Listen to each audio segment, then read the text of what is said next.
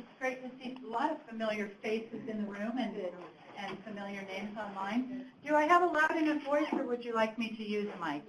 Sounds good. I think you're fine. Raise your hand if you'd like me to use a mic. Have Except few for more the people phone that might. people. Okay, I'd rather not. Do you need it for the phone? Be clumsy with it. This consultation is in response to your request. A number of you may recall in early January, TOPS sent out a survey asking you to prioritize topics for future stakeholder consultations. And when we tallied up the results, this topic, implementing under the new strategy, was in the top 3. Great minds think alike, because coincidentally, right after we tallied up those results, Joan Whalen approached TOPS and said, oh, what do you think about hosting a consultation where the IPs can come and share their ideas and their experiences and their concerns about implementing this new strategy? So we had IP requests, we had Food for Peace requests, and here we are, TOPS is delivering. This particular consultation is not set up as a come ask the experts. It will not be all of the partners asking questions to Food for Peace. This is an opportunity for you to ask each other questions. We want you to share your ideas. We want you to build off each other's ideas, challenge each other's ideas. We hope that the collective knowledge that we generate today will be very helpful in all of us adapting, Food for Peace and the partners adapting to better align to the new strategy. So I have a little bit of housekeeping to tell you about, although I think everyone in the room here knows, because I've seen you all here before, but we do have bathrooms in the main area where you got off of the elevator. Males on this side, females on this side. If you need to conduct a business call or take care of any personal business during break time, there's a small room just down the hall to the left, and it's a door on your right called the touchdown room. There are phones in there, and you can take a moment away during break and take care of business. We are broadcasting this consultation, so we ask that you wait until you get a microphone in your hand before you speak. We have 3 mics, and Mark and Sheila and I will be running mics around. We have a large community online, and we want everybody online and in the room to hear what you have to say. For those of you online, if you could please type your questions and comments in the chat box. We have Yamasi here and Holly, our facilitators, and they will share the comments and questions from the community online with those of you in the room. The consultation is being recorded, and that recording will be made available by the end of the week on the FSN Network webpage. All of you who registered will get an email by the end of the week that has a link to the webpage with the recording and also the slides that are shared, a larger body of slides that will be shared with the community on Adobe Connect right now. I think that's all I have to say, and on that note, I'd like to introduce TOPS Director Mark Fritzler.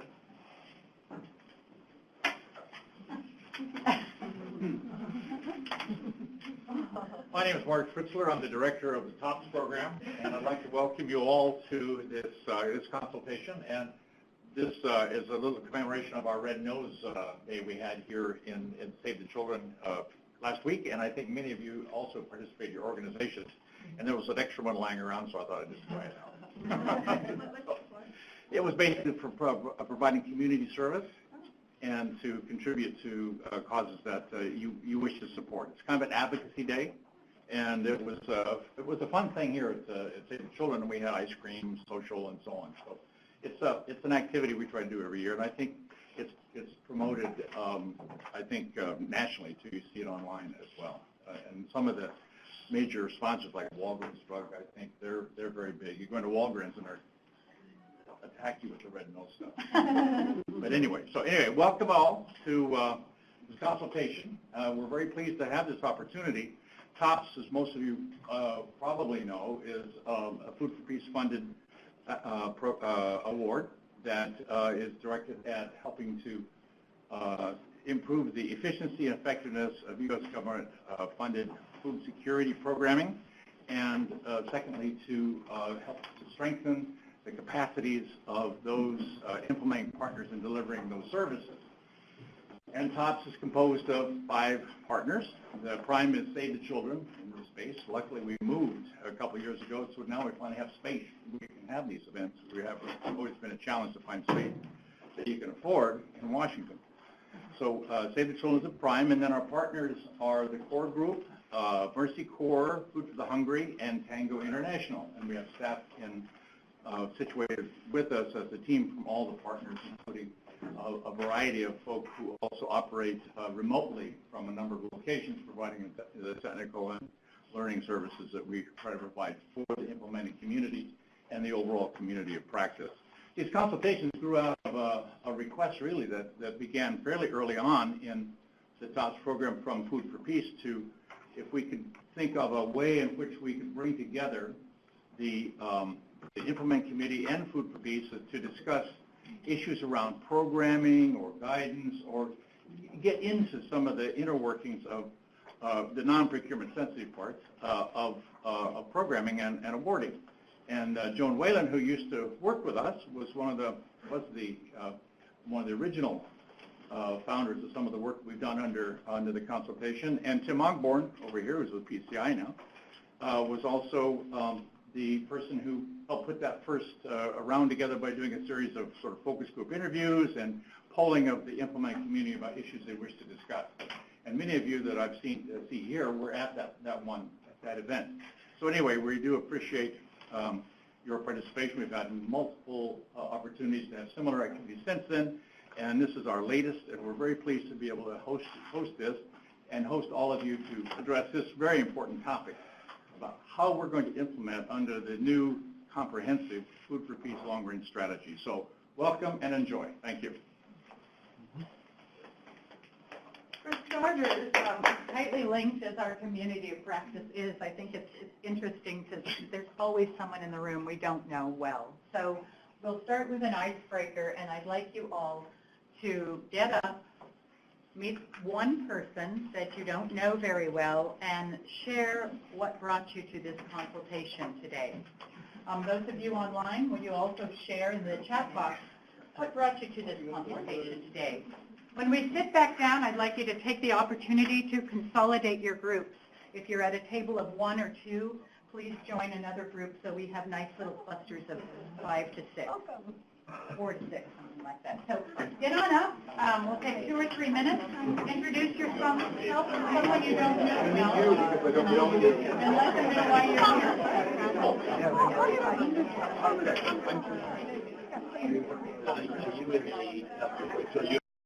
We are lucky enough to have, for the Food for Peace introductory remarks, a person who probably knows this strategy and the nuances and the details of this strategy better than anyone on the planet.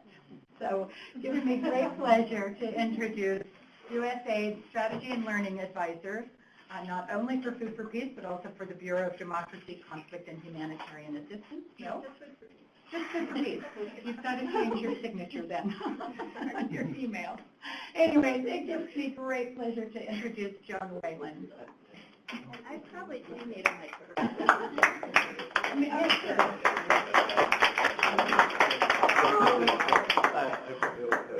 Is this working? Yes. Working. Okay. As Lori alluded to, this is not going to be a detailed presentation of our strategy. This is not going to be a sit down and ask Food for Peace lots of questions about the strategy. TOPS really put a lot of effort and gave us the chance to kind of shape some of the key messages for today. But this is a chance to really talk together and talk about how we were going to own this strategy and what the issues are. And through the course of the day, there will be the opportunity to highlight, I think, questions that you have. But we're not going to have a detailed long-term Q&A period. And many of you, I recognize your faces, many of you have heard me walk through what is a very long 40-minute presentation, walking all the way through this results framework. I'm going to keep it down to a few really key messages right now. One, because this keeps coming up, I just want to make sure people understand. We've got over here this look at direct resource transfers, knowledge, attitudes, capacities, really working at the household and individual level to improve lives and livelihoods. Over here, we've got this more systemic look at improving institutions and groups. Sometimes people walk away and they think, oh, well, this is all the emergency work over here, and this is all the development work over here. And for those of you that are knee-deep in our work, you realize that that's not true, that improving lives and livelihoods has been and always will be an intrinsic part of our development work, just like it is in emergencies.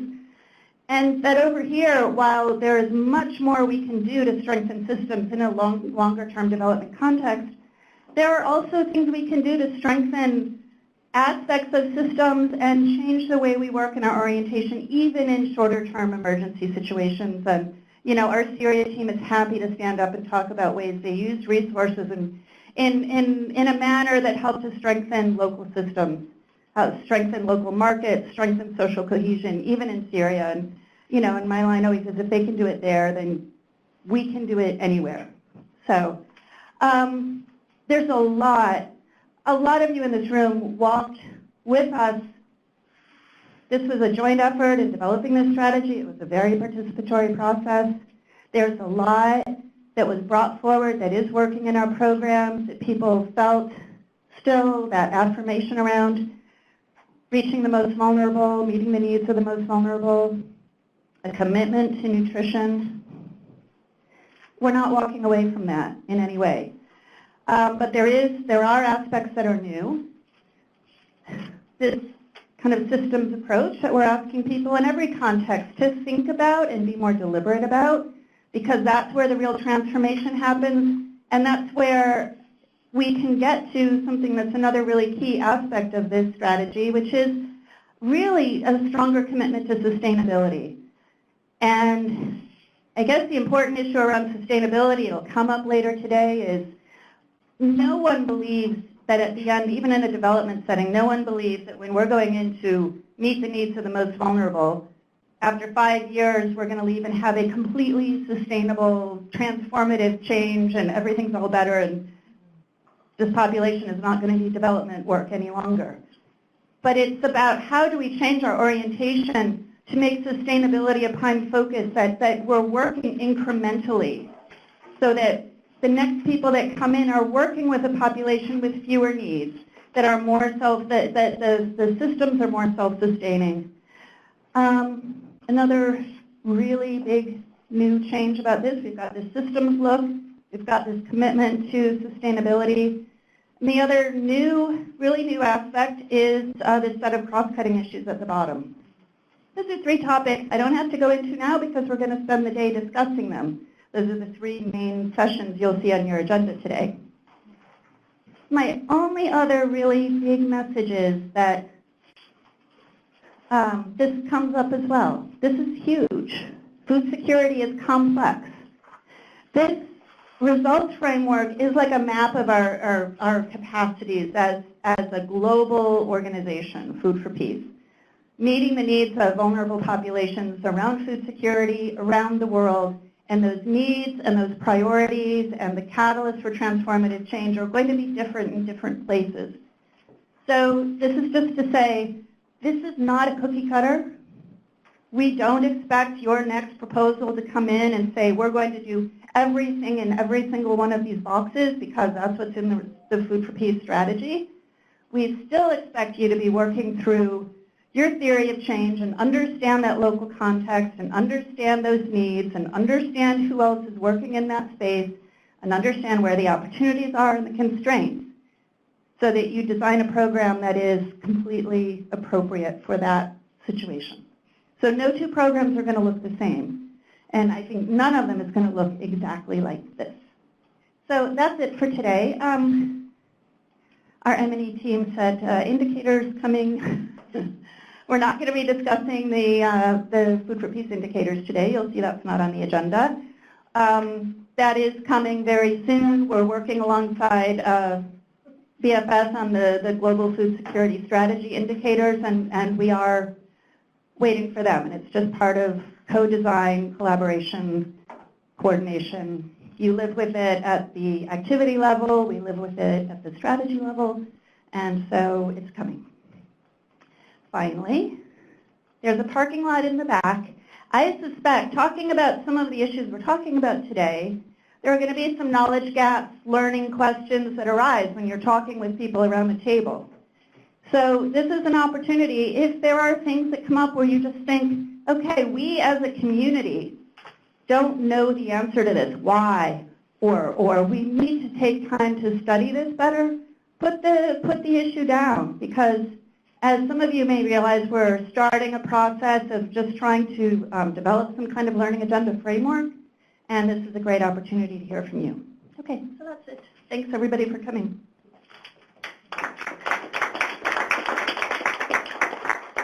Thank you, Joan. So in our first breakout group, we will be focusing on how to catalyze systemic change. We're talking about changes to the institutions, changes to the structures, changes to all those enabling factors Joan mentioned. And she was talking about the IRs under SO2. They are direct correlates. I think as we're all getting familiar with this strategy, we recognize that the IRs under 2.0 are direct correlates of the IRs under 1.0. We have IR 1.1 correlating to 2.1 social protection system strengthening. We have the nutrition and wash practices correlating to nutrition and health systems. Again, one SO focusing at the household and individual level, one focusing at the community level, and all the way up to national policy and planning. So in this first group discussion, what we'd like you to do is discuss how this correlated work differs, specifically focusing in on the systems piece, the less familiar piece, IRs under SO2. So we want you to share ideas about what needs to be taken into account in order to deliver under SO2. Ultimately, as Joan mentioned, we hope that the efforts under SO2 will help the gains in SO1 to sustain.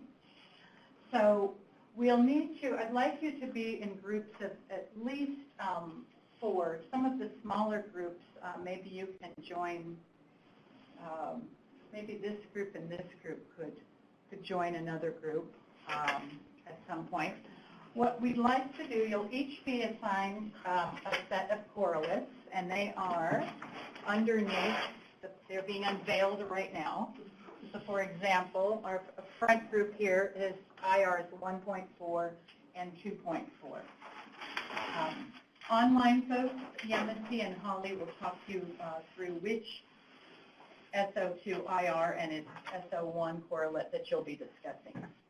So we'd like each group to explore how the systems approach under SO2 differs from the work you carry out under SO1.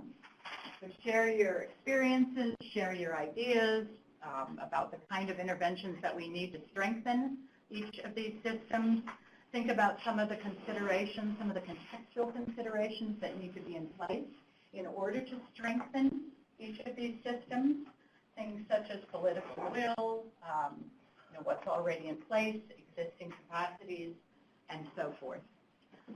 We'll capture the discussion on the flip chart paper. Each table has flip chart paper and markers. Those of you online, please capture it in your chat box. We will get back together in 20 minutes, Sheila. At what time? And about 10 to 10? Yes, 10 to 10. So to a little over 20 minutes, we'll bring you all back together and hear some of these highlights. If you have questions about what we're asking you to do, Sheila, myself, Joan are all here. We can, just let us know that you aren't quite clear on the objective. Again, we're unveiling these questions, so each table has a question. That's the system you'll be working on.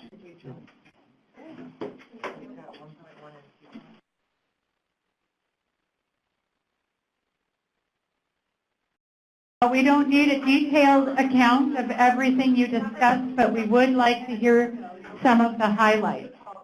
especially any areas where there was consensus about specific interventions that you could undertake to strengthen the relevant systems at your table, or any disagreement. We want to hear the most salient points. A lot of groups in the room, and we don't have time to hear everything. But let's start with, let's shake it up a little bit, and let's start with those of you who discussed how to strengthen the agricultural market and financial systems, IR 2.4, and how that differs from the work we've been carrying out under SO1. So I'll pass the mic on to, I believe we have the group back here with Paul and Jeff. I don't think we had another did we have another 2.4 group? Oh, you guys, right in front of me. Okay. Well, go ahead, Jeff. You take it away, and then I'll pass it to Mal. So, a group effort. The first thing that came up in our discussion was under SO1 in the IR 1.4, there's more an emphasis on direct implementation initially, because you're dealing with the poorest frequently. And in comparison to 2.4, where you have market systems, it might be too soon and you have to wait and gradually link to markets, except frequently here, some of the subsidies involved improved seed and fertilizer, and perhaps even asset distribution. And, so that was the first thing that a couple of people brought up.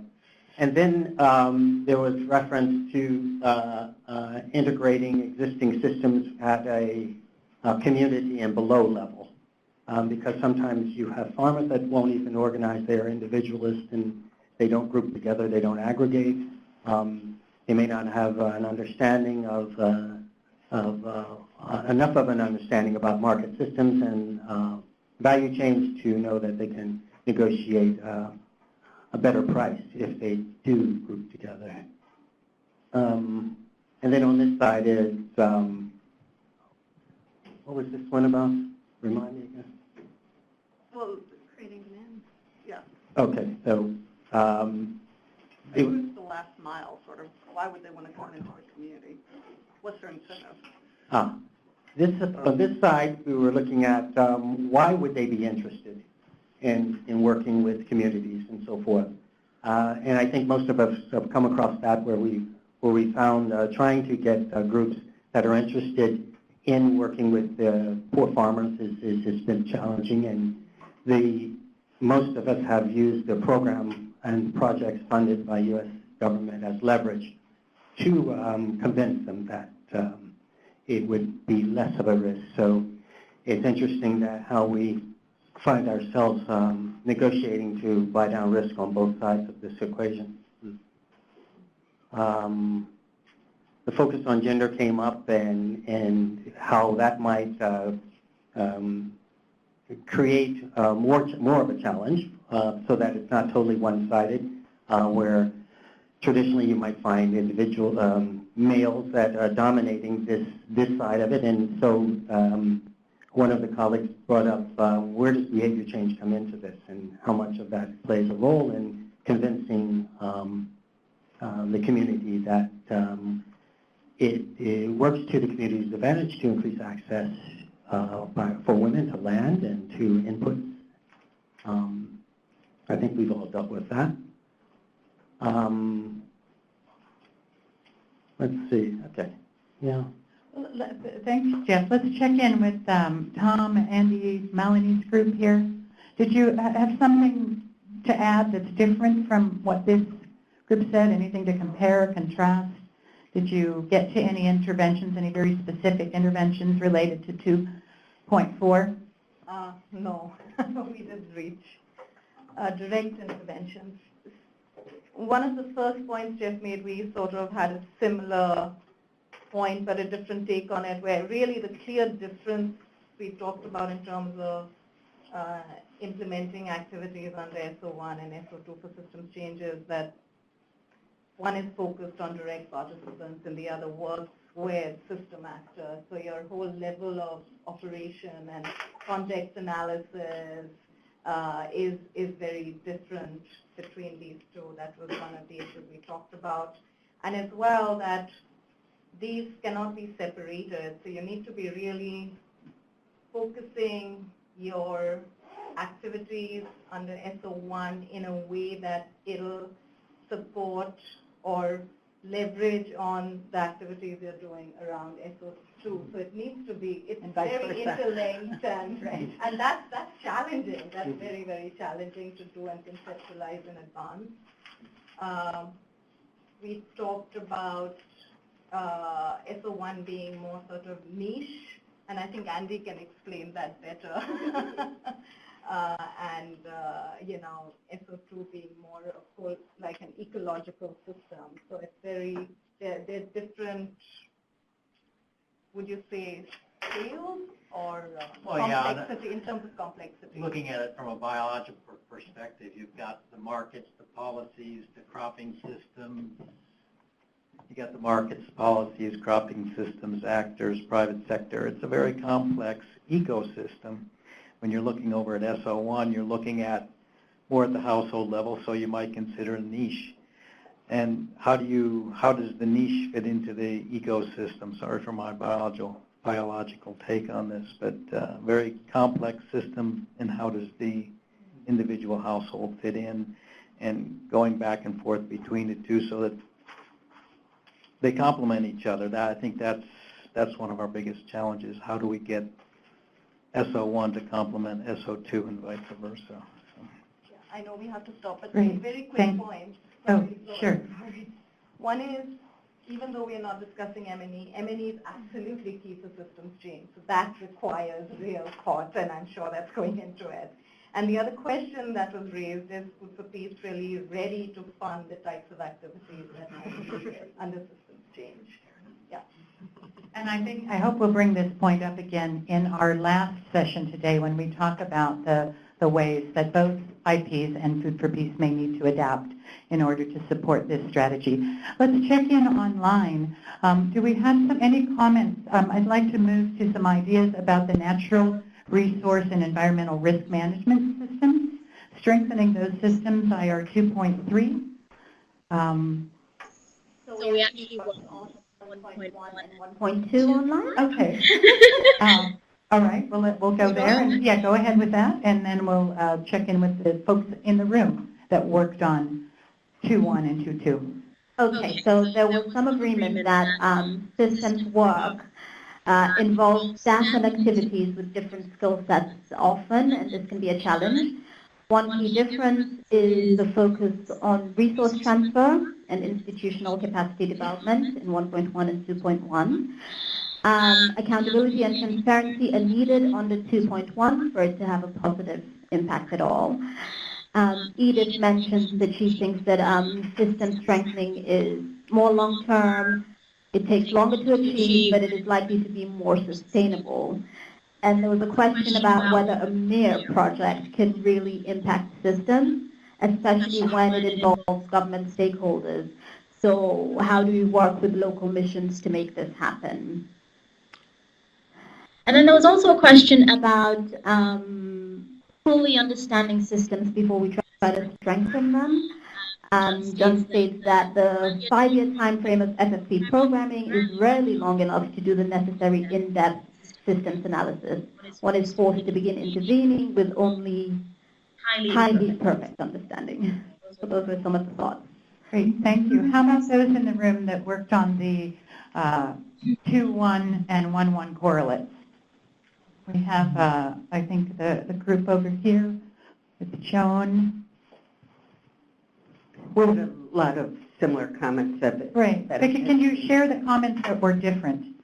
Just as we're kind of under a time crunch. Okay. We don't need to share your whole discussion, but just the most interesting points that came out of your discussion. Better understanding of existing systems from national level to local level systems, and that might mean not only identifying new skill sets, but embedding those in existing staff. And since you'll probably be choosing among various modalities that are promising practices, making that part of a learning agenda so that you're sure to document it, and the importance of M&E, of anything you do. We talked about learning from other systems, that it's hard to just stay in your one box, like market systems and adaptive management bring a lot to thinking about management in any area. And we talked a lot about how it's all intertwined with the other cross-cutting objectives also, like they said, accountability. Okay, great, thank you. How about the group that touched on strengthening nutrition and health systems? I believe we have two of you in the room, this group and this group. You can go. What were the highlights of your discussion? Oh, this might be a group effort. The highlights, well, one was that even though we know we're getting into cost-cutting later, that one thing we did point out was that this area is traditionally really heavy, thank you, this area is really heavily female-oriented, women-oriented, but really you're going to have to concentrate on getting men more involved as well, because in order to get IR 1.2 to really be sustainable, as people pointed out, you have to have a strong IR 2.2, and creating demand and having men involved and also supporting the health centers is important. One of yours? Sure. So one of the other things we talked about was looking at nutrition and health system strengthening. As soon as I hear the word health system strengthening, I think what's going on with the global health world and making sure that within your projects, you understand what's going on in the mission global health offices too, and how that might overlap with your own project, and actually having indicators or project objectives around kind of a mandate. That mandate, you figure out how you're going to integrate with existing kind of other global health programs going on in your area. Sure. And then similar to the other teams, that key to doing the system strengthening is a much more in-depth and stronger assessment of what does that system look like now, what are the constraints, what are the opportunities in order to be able to do implementation. And as well that within the staff of the project, in order doing 1.2 at the community household level and doing system strengthening is a different skill set and often requires different people to be able to work together, but how do you balance that within the project in terms of LOE and focus and as well as your outcomes and indicators that you're looking at, and the time horizon of working on the system strengthening is a different scale depending on what you're hoping to achieve. Did this group have anything to, or I'm sure you have much to add, but what can you share things that were distinct from the group that's already shared?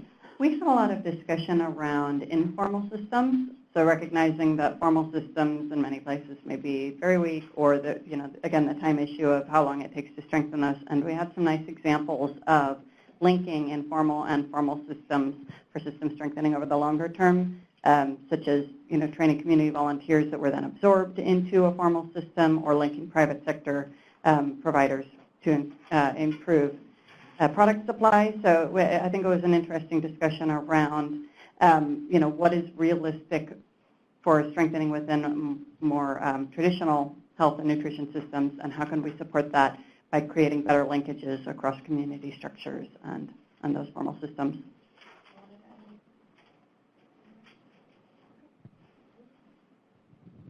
I think one thing that was critically important that we discussed at the beginning, though, was the strength of an existing formal system and its coverage in an area, that the practicality of strengthening a system that may not exist. And so the starting point or the entry point in system strengthening might be, more on the informal side than the formal side if that formal system is not there. And although we will be moving into the last category, natural resource and environmental risk management systems, throughout the day, check in with this group, because I think they're the one group I visited that really got into some very specific ideas about interventions. Most of us went broad, and I think it's great to hear. We do seem to have a collective sense that we've got to start with what systems exist already, the systems analysis, how long does it take to do that thoroughly. But this group also delved into some very specific examples that I think were new to some members in their group about how to strengthen those 2.2 systems. So our last group, the correlates between 2.3 and 1.3. What were some of the highlights of your discussion? And that includes the MSc, anything that came out online on, no, okay. Oh, Maybe just the last point. yeah. I mean, we talked about a lot of general things which we won't necessarily go into. But and one thing that I think there's a piece here about the willingness of the need to actually, if we're working alongside government, here we're talking about disaster risk management systems at one level. There's a need for the government to have some resources. So are we willing to allocate resources through the government to enable them to be able to actually implement the activities that the expectations are that they will be able to implement? If we're strengthening government and they have no resources, how can we expect them to develop capacities if they can't do anything? One of the examples from our experience in Malawi is where we're working with village disaster response committees who are passing information up about small disasters that have happened, and there's no response from the next layers up because they don't have any funds to respond or any mechanisms to respond. For the large disasters like El Nino and so on, the international community comes in and resources are made available. But for the small floods, the small local disasters, there's no response mechanism, so the village committees get very discouraged because they report up and nothing comes back. The other piece we also spoke about was, and this is a general point, but I don't think I've heard it elsewhere, is we don't have to do everything. There are other organizations in country, other projects working to strengthen government systems, to work on the policy aspects, land tenure aspects, or whatever they are. And we're very bad at really understanding what happens outside of our own projects, and even worse at understanding what happens out of the USAID ecosystem. And some of our European partners actually spend more time working at that government level than I think USAID does. And so understanding what others are doing and working with them to ensure that what we're doing and what they're doing are complementary. That's a general comment as opposed to one specifically to 1.3 and 2.3, because we certainly didn't get down to that level of activities that you were mentioning earlier. Any other comments? Well, I think that comment to Tim could be applied across all of the IRs, which I think is a key reason Food for Peace is asking you to do an intense stakeholder mapping before you even make a bid on a project, and why there's that push to have these external actors in your theory of change, so we understand how the work we're doing is influenced by those around us. So, excellent point. I want to fast forward now and just think about how we'll be applying some of the takeaways from these discussions. I want you to think about, let me change the slide here, what new capacities, skills, practices, or changes in emphasis might be required to carry out this work. Again, whether in development, in a development setting or in an emergency setting. So this is a plenary discussion. It's a shout out. What capacities, that are required within your organization? What skill sets? Changes in your emphasis? Assessment. Assessment. Here, we'll be running some mics. Laura, do you have a mic as well? Put a hand up if you have something to say, and we'll get a mic to you. I think we all mentioned rapid but effective and thorough assessment skills.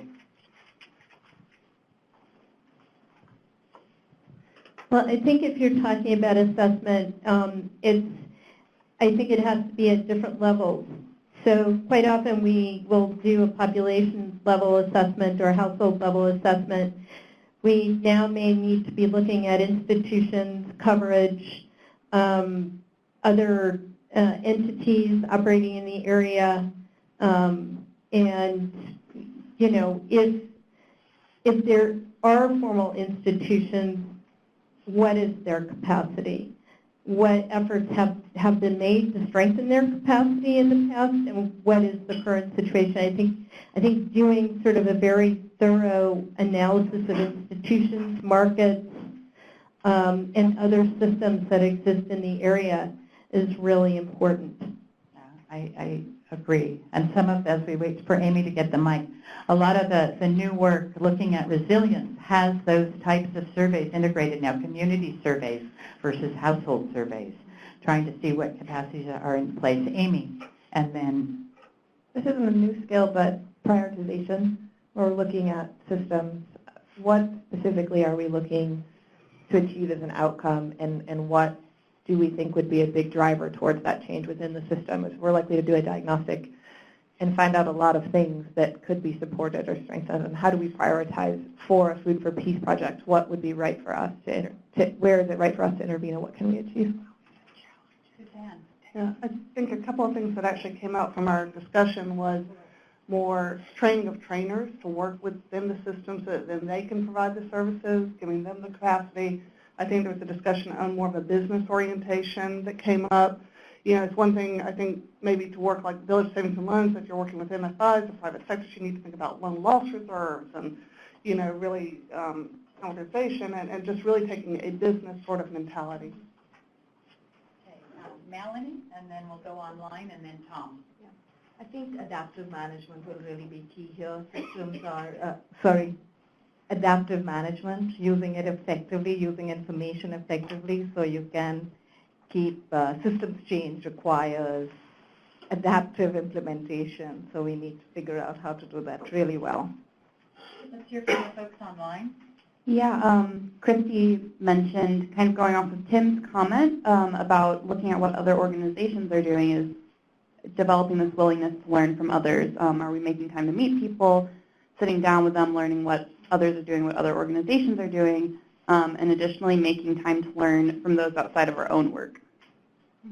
Another comment from online? Or? Coming. Okay, let's go to Tom, and then Lisa.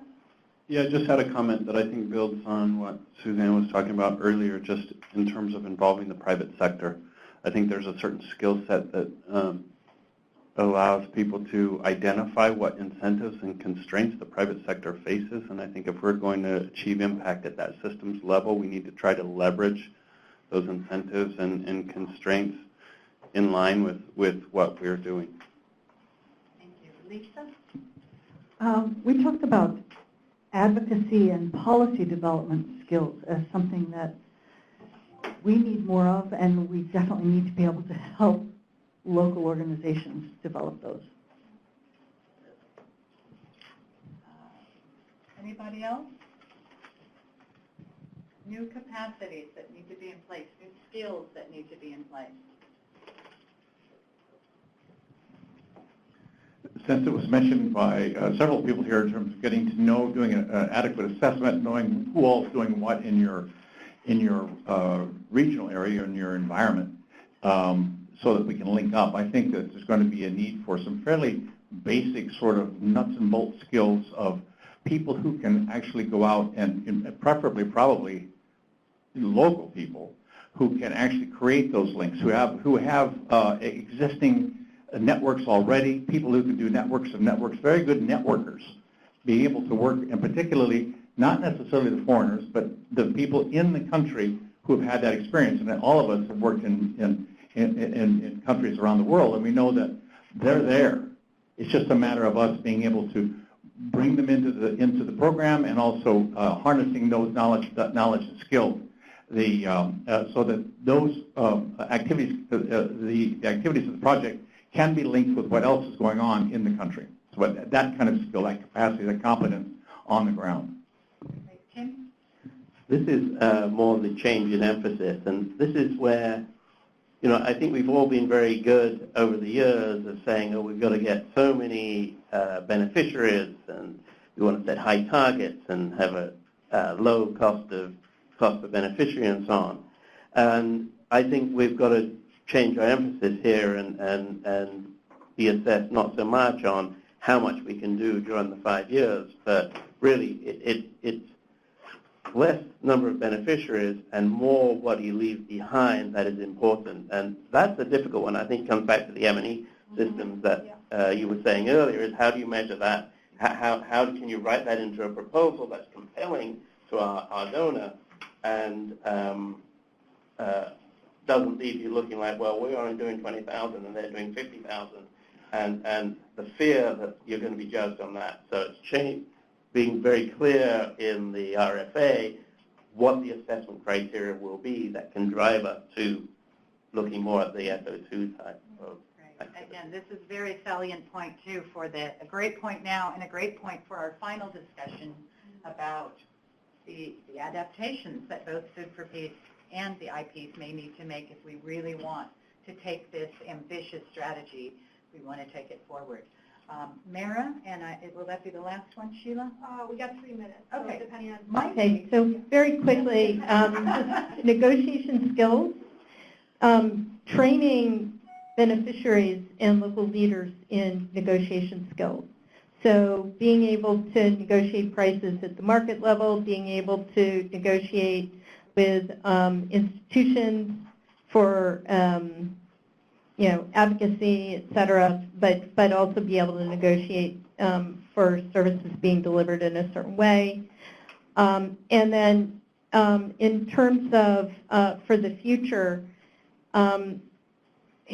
looking at what we leave behind, at Food for Peace, there has been sort of this long-standing focus on direct beneficiaries. And in the future, I'm wondering whether there might be more of a focus on indirect beneficiaries of our work to actually capture the full breadth. I know in terms of the U.S. government, they like to see direct beneficiaries.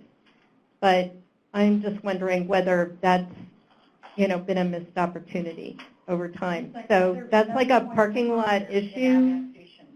Yeah, that's like a parking lot issue I'd like to raise. I think it's a good point to ponder in our final discussion, what kind of adaptations are necessary. Let's hear from our online community. Yes, Karen will be the final comment. Karen Fox online mentioned highlighting it's important to have a mix of skill sets, so having the generalists and institutional level actors, but also the specialists that they can link together to bridge specific activities with broader approach and institutional context. Great. Thank you all. Great comments, and it's great to see a question up on the parking lot. So I encourage you, as these questions arise, I mean, there are a lot of questions out there, as many or more questions than answers, but let's get them on the parking lot. We will take a 15-minute break. If you could please come back at sit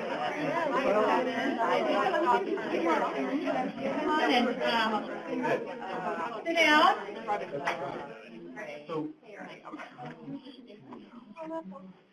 So in our next session, we are exploring the 3 cross-cutting IRs that underpin SO1 and SO2.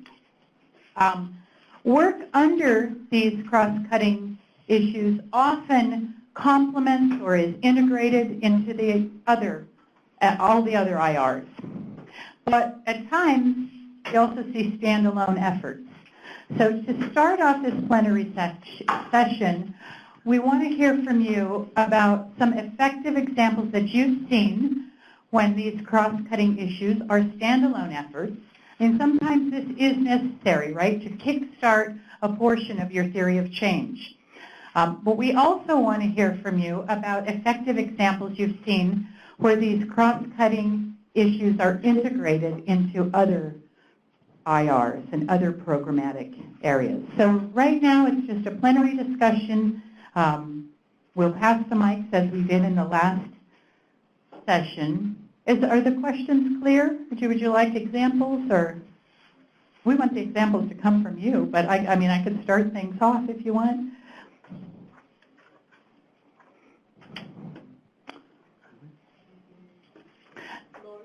Yes. Yes, please. Yes, please. Okay. For example, so sometimes, I mean, we always think, oh, cross-cutting, it's got to be integrated everywhere. Let's talk about gender. If we were to integrate this gender equity, cross-cutting IR, into, say,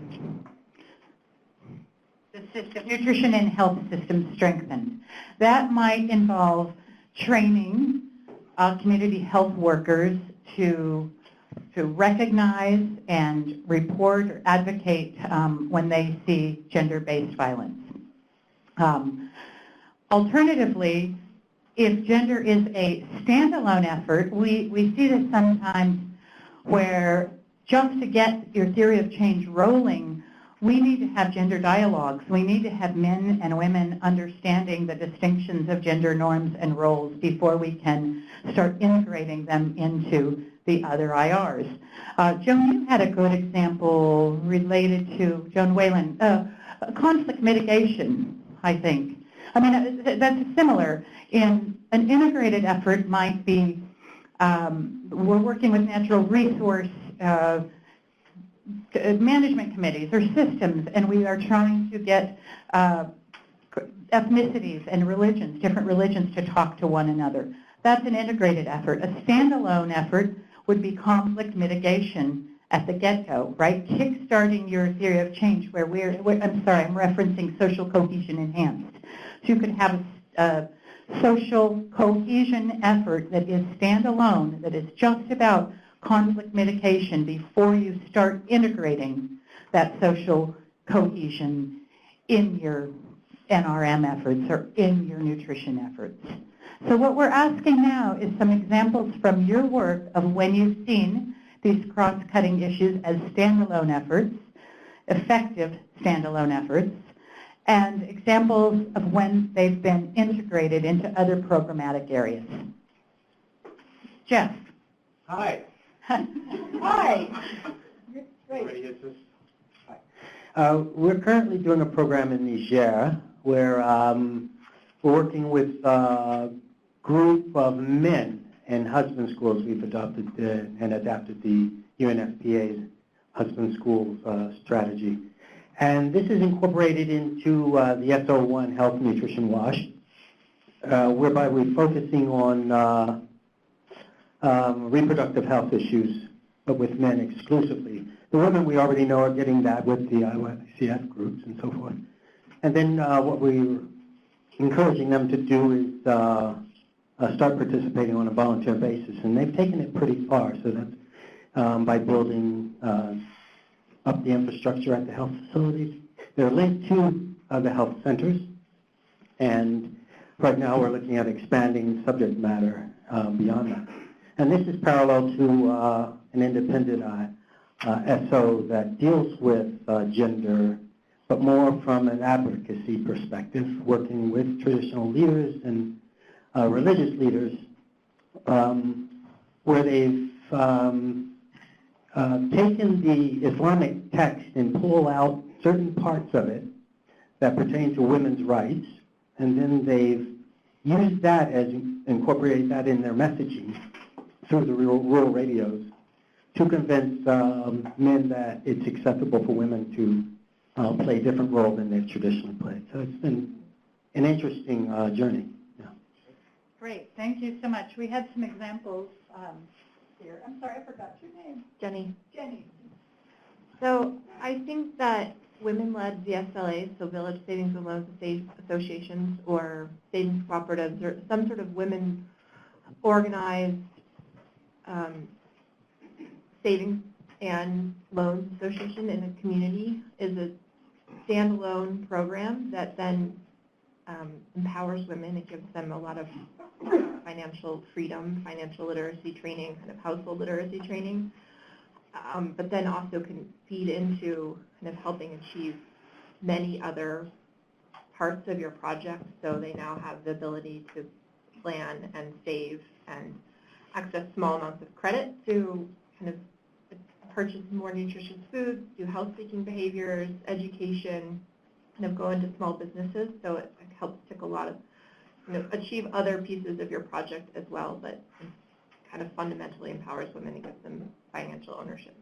Okay, and a good example of about how the cross-cutting IR of gender equity is integrated into, say, your, you know, on and off-farm livelihood opportunities and income expanded. So a good example of integration. Anybody an effective, Maz? Yeah, in Sierra Leone, we are operating one of the Ebola recovery programs through FFP funding. And what we're doing in the second generation are working with women in financial planning so they can see an income stream and visually place it, if you will, on a calendar, a financial calendar over the course of the year for better planning. And while it is focused on women, it also involves household decision-making processes. So we're finding that to be an effective tool. And it also helps, I think, at the household level, understand why monies are placed where they are. And mind you, this money is in the hand of women, so that process is very important in ensuring there isn't gender-based violence resulting from the transfers. Tom. I'm sorry, Joan. We recently hosted the TOPS program, a breastfeeding seminar, and the MANA group, which is a sub to IMC, as a sub to CNFA, on the Food for Peace project in Zimbabwe, the Amalima project, presented something really interesting about gender, but as Mara was talking, negotiation skills. And I think those negotiation skills could transfer over to many areas. So they met with women, met with men separately, and the issue was women with newborn babies. What did they want men to do to support them so they could breastfeed thoroughly? And men wrote down what they thought they already did. And then they crossed those lists over, at which the women chuckled mightily. And the men said, oh, no, we're not doing that. And then they went through a process of negotiation, discussing individually with the groups, with a good leader leading that discussion, and then coming together where they met in the middle. There were still some activities, one of which was cooking, that the men were not willing to get put on a list. And then there was even like recognition. They listed it by difficulty of doing, and the harder the activity they chose, there was more recognition back from the community from it. So it was very fascinating, very effective, but fairly simple and could easily transfer. Thank you. Let's touch on, we've heard a bit about gender equity, not so much about youth opportunities increased, but let's move on to social cohesion enhanced. Can you share some examples of where you've seen efforts to enhance social cohesion integrated into other programmatic areas or as a standalone effort?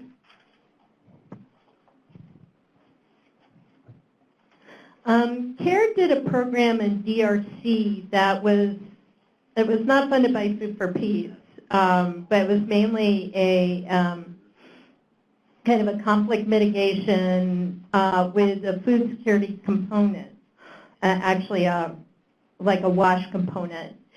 And there was a very strong conflict mitigation focus at community level that often operated separately from the other activities. So it would be there to just as kind of a, what shall I say, there was a lot of training just on conflict mitigation. And then when there was, if there were issues or conflicts that came up within the community or between communities, that would be called upon. So say there was a water system being put in and there was a conflict that arose as a result, then the conflict mitigation group would come in and address the conflict. But there was a very interesting circumstance where there was a plan for a water system to be put in, and they started putting in the water system. So there were two communities, one at the top of the hill, one at the bottom of the hill. And the community, and the reason why they were putting in the water system was to get clean water to the bottom of the hill. And the folks at the top of the hill were not happy about this. So they basically, as the project was underway and they started to install the pipes, the folks at the top of the hill disrupted and took the pipes out.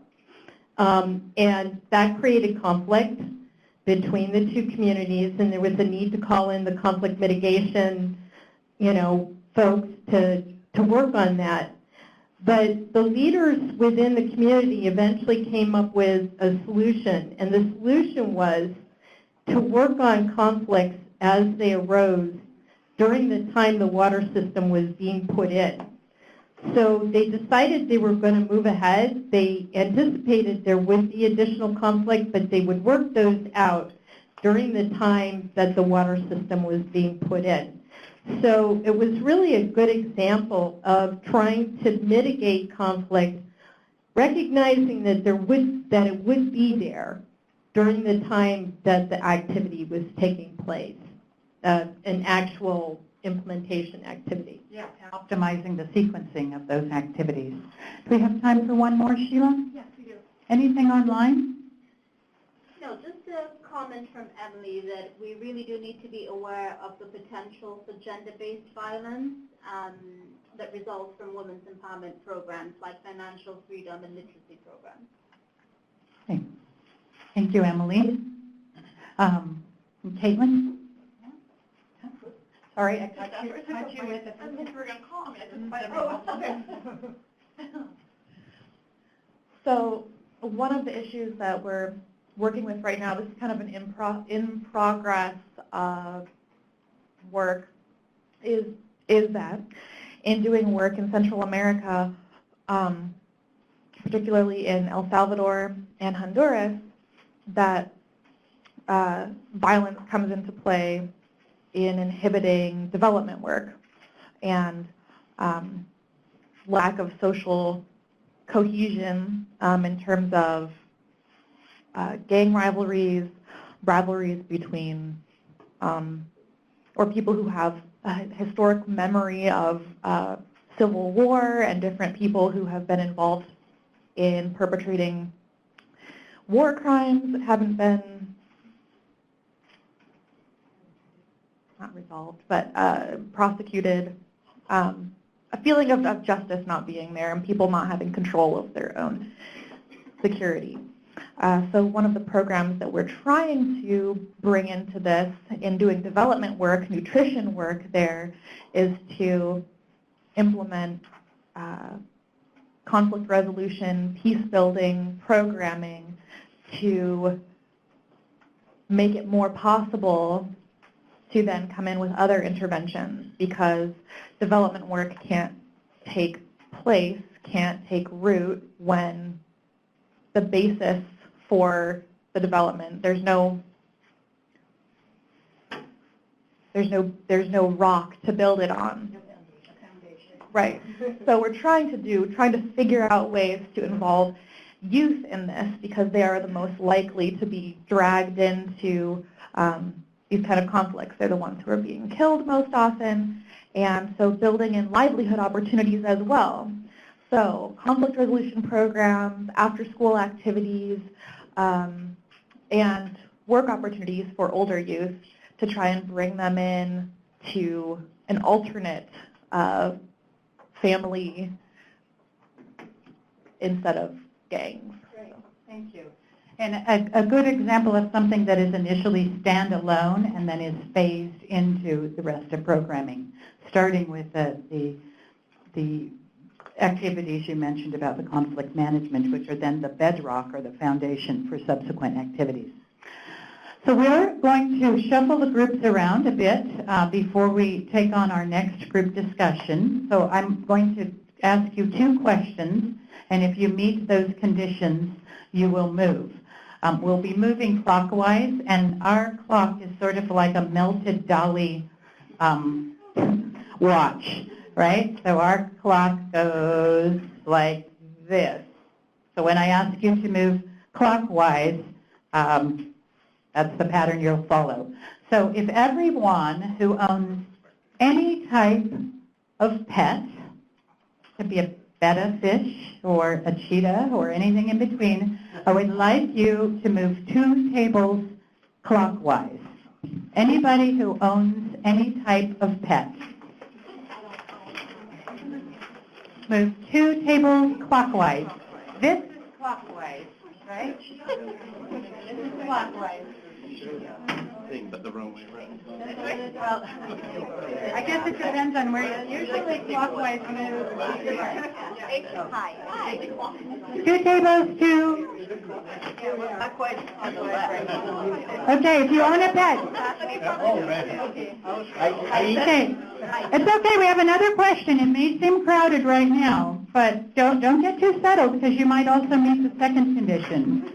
Anybody who ate breakfast at home before coming to work move 1 table clockwise. So you have to move again if you do. Yep, if you did both, you've got to move again. 1 table clockwise.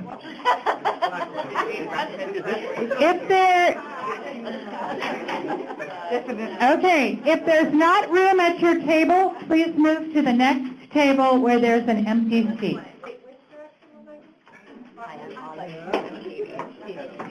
All right, every table has been assigned a cross-cutting issue.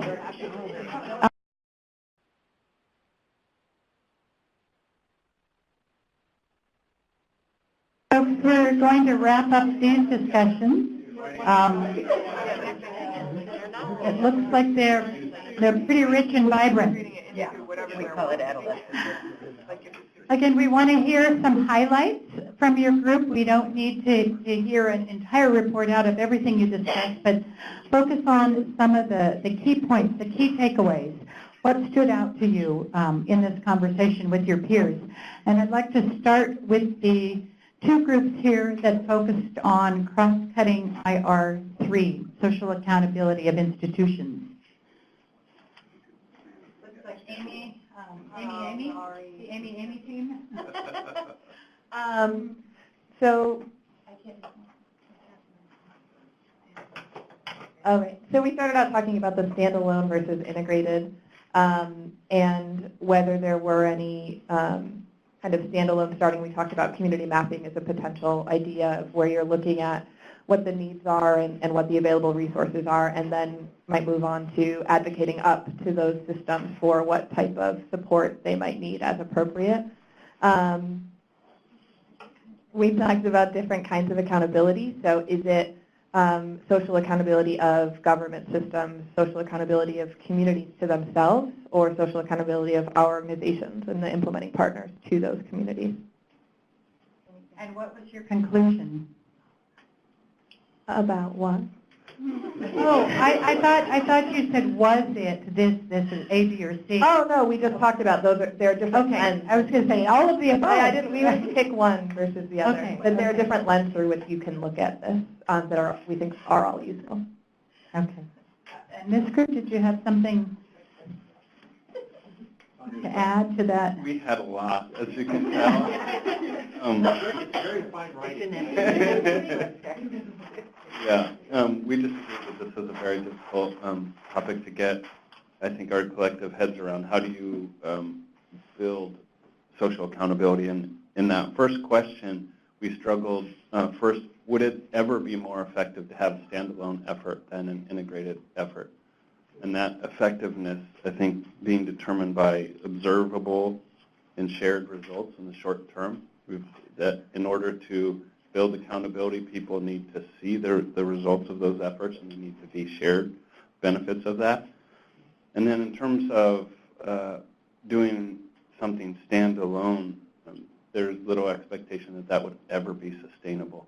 And that has to go into consideration of how effective that would be as well. Because if you're doing standalone efforts, it would necessarily be limited in scope, and it wouldn't involve other important stakeholders.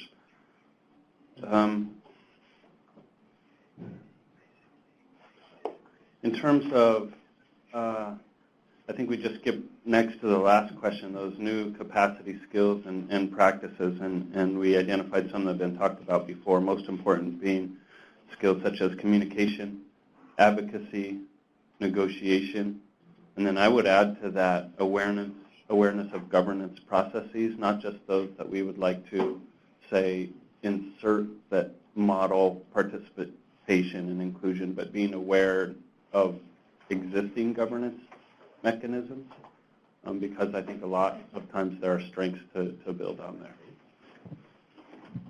Just one other point that actually was a borrowing of what Mara said about care from some time ago, which is that it seems to me, and I threw it out here, we didn't have time to discuss it, that it might be important for the implementing organizations to develop some capacity in anthropology and get some people who are experienced field anthropologists who can assist in helping to design some of these interventions and working with, and better that they be trained, skilled field anthropologists from the country itself, if possible, from the Makerere University, if it's in Uganda, and so on, to help an NGO devise these kinds of interventions.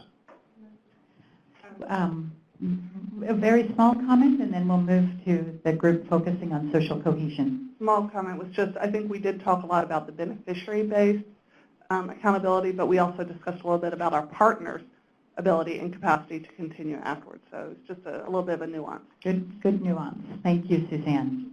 Let's move to the tables in the middle. Actually, tables on the end here were the ones focused on social cohesion. Is that correct? Both of your tables? Anybody like to start? Again, we knew you wouldn't address all of the questions. It was a menu. Pick your passion. Sure. Now that Mara's gone, one of the things we went through straight away was justifying standalone. Tom, I know you may not necessarily disagree, was in a conflict context. When we talked about, I know from talking with Lori, and just to make sure, we don't mean standalone as in this has nothing to do with the rest of your program, but it means it's not integrated into another IR. So it's not specific to natural resource management or market strengthening or health system strengthening. There may be times when you need to look at a cross-cutting issue in and of itself, not related to health, not related to markets or ag, not related to the social safety net. So as in the example I gave about a conflict mitigation effort that was the bedrock of the peace building, it had to happen before anything else could. And it should be. So it doesn't mean it's not phased in, but it is a standalone effort. Or the gender dialogues where those discussions have to happen before we can even think about encouraging women's access to market because they have mobility restrictions. Yeah, that's exactly, we agree with everything. Great, you said. okay, all right, Jeff. Yes. Carry on. Yes. As a prelude, as a precursor, you need to have this done or you won't be able to carry on with your other activities. We saw where that could be justified with conflict situations, as Jones pointed out. And we also saw it in terms of incentives just to build social cohesion, economic incentives, market requirements, where you do need to understand all of the value chain. People would love this, you need to understand where you're going to sell it before you grow it, kind of a situation. And then natural resource management was added towards the end, where increasingly how do women get involved in these committees.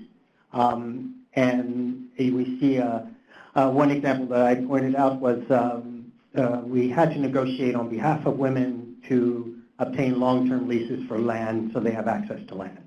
But it served as an example for the women to continue doing that. They could negotiate on their own after the program has ended.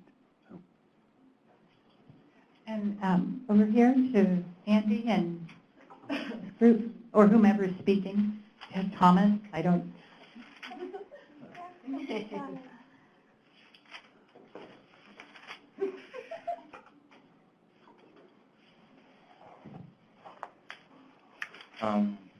Well, trying to make reference to our notes here. Yeah, we did look at several issues that probably inform what we would refer as standalone. And top of it, we looked at probably in contexts where we have conflicts that will need to be addressed before we look into other interventions that will affect directly other programming. And so that would mean that as a programmer, then you have to step aside and say, this has to be addressed independently before we look at these other ones. And yeah, and we saw also that when this is addressed, then it interfaces with the others. So it leads to that process. Yeah, basically, do standalone efforts always phase into integrated approach? We would say it should, yes. The outcome of the standalone effort should then support getting other things done within the integrated approach. So it's perhaps removing a bottleneck that's stopping everything else in the program. That standalone effort takes care of that so that you can actually get some progress in the rest of the program. One of the other things we talked about is what new capacities might be required. I don't know if this is new capacity, but it's the ability to look at, say, your theory of change or your results framework and say, hey, this isn't working because we have this problem. So it's the ability to step back, analyze why isn't anything working? Well, we've got to take care of this one specific problem. So Thank you. Let's move to those who focused on the cross-cutting issue of gender equity and youth opportunity. Can I make one comment about, and maybe you know about this. 12 years ago I heard about this and I have not tracked it down, but I had heard, we haven't talked about emergency specifically, but I had heard that WFP was doing really good emergency response work in Tanzania because they were addressing the social cohesion and social accountability right up front. They knew it was a potential conflict area. And the way they did it was that they involved large numbers of government-appointed leaders, but traditional community leaders immediately in all the initial planning. But I think there's more to it, but I don't know where the example is or if it didn't get documented or... Yeah, I can't add to that. Can anybody in the room? Okay. How about the group that focused on gender equity, the group, gender equity and youth opportunity? And let's start with the folks online. Thanks, Lori. So we had our senior gender specialist online, so we had a very rich discussion on gender, not so much on youth, I'm afraid. Christy says, standalone efforts do not always phase into an integrated approach. She's seen instances where efforts to integrate gender are met with resistance, and she thinks that opportunities for integration can exist where people are interested in the topic, and we can use this to work on being more inclusive. Also, if gender really comes up as women's empowerment, especially to a predominantly male audience, then people can lose interest very quickly. And we also touched on social cohesion. Shall I go ahead and share that now? So Laurie from CRS comments that building cohesion needs to come from mutual interest and building capacity to work together. Adding on too much could be a disincentive. And she shared some examples of CRS's work on standalone social cohesion activities, but she also thinks that the focus on key issues that bring people together keeps them interested, keeps them working together, but this focus may also mean that there are missed opportunities for integrating things such as peace building, youth, and gender. Thank you. And from the folks in the room? So we have our notes up here. Between gender equity and youth, our conversation zeroed in a little bit more on youth engagement. And we sort of spoke to both sides of this. We talked on the one hand about the importance at times for targeted strategies that explicitly reach youth audiences, especially when it's a challenge to otherwise bring them to the table. But at the same time, we sort of talked about the backside of this, which is that you don't want to do those kind of interventions in strict isolation, that at the same time it's important to, once you've begun to engage effectively with youth, to have follow-up efforts that make the rest of the community aware and engaged of the efforts that you're trying to do, so that outreach that you're doing is not done in strict isolation with that group, so that the wider community is not necessarily aware of your efforts or engaged. So it's kind of the back end. And then we talked in a little bit more detail about some of the unique challenges, the unique particularities of youth. We talked about a few different kind of, mainly through the livelihoods and economic context, everything from their, differences in their use of cell phones and computers and the internet in different communities, the very nature of their employment, whether it's short-term as opposed to long-term or seasonal in some cases, even their perceptions of risk might be different from the broader audience just based on kind of the circumstances that they've grown up with in their community, their environment. So those are some kind of interesting particularities.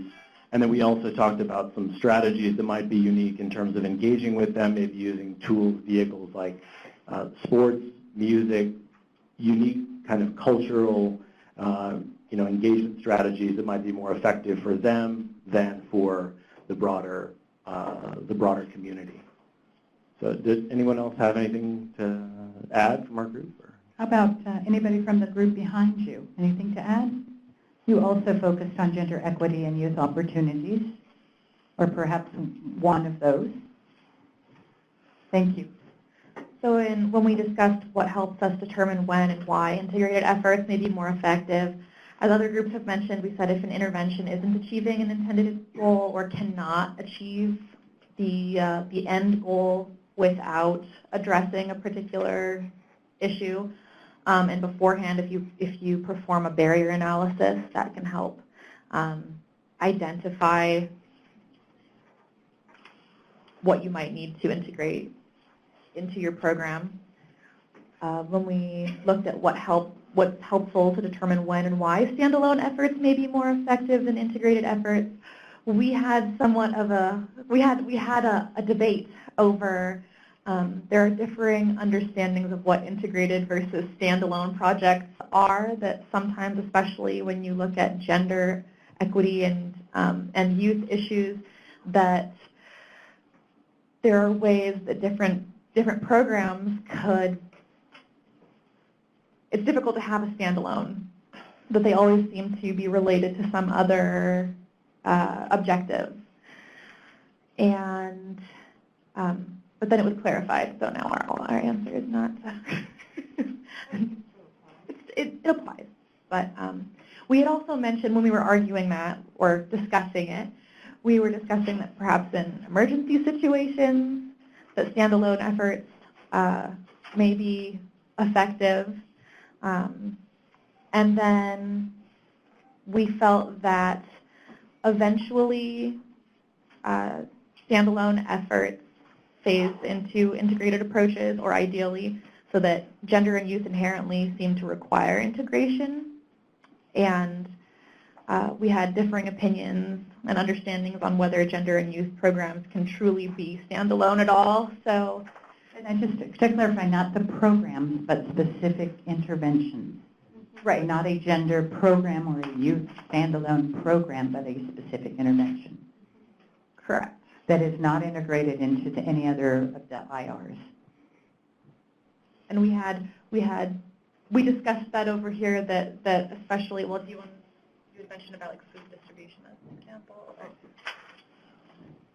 So I think it's clearer now, but even in most interventions of Food for Peace project, gender, the kinds of interventions are linked in one way or another to a technical sector. So even if you're working with women VSLAs, it's linked to financial inclusion and their livelihoods, and the same goes with youth. I mean, maybe the exception would be interventions targeted specifically at leadership only, but pretty much all the other kinds of interventions usually are linked to other technical sectors. Okay. So we do need to wrap up this discussion. I think the example I gave about gender dialogues is what I have seen in, where use your theories of change to figure out where these standalone efforts, when they may be more effective than others. Because generally in your theory of change, if you end up with a big barrier that somebody put it very well over here, maybe Andy or whoever was speaking, but we can't get past this barrier to even get to these tiers above, that's a good indication that you may need some standalone efforts that are then integrated into the other purposes, the work under your purposes and so forth. I encourage you, I'm set at the table in the back here for this discussion, and it was really challenging to figure out when a standalone, what was even an example of a standalone effort for institutional, I'm sorry, I'm losing it here, the social accountability of institutions. So I encourage you to speak with Amy from PCI. She had an excellent example of a standalone effort in that area. We need to move on to our next topic, and because this new strategy challenges Food for Peace and all of you, all of the IPs, to strive for greater sustainable impact, that is the topic of our next discussion. I'm going to ask you to move around a bit in what I hope was a fun way.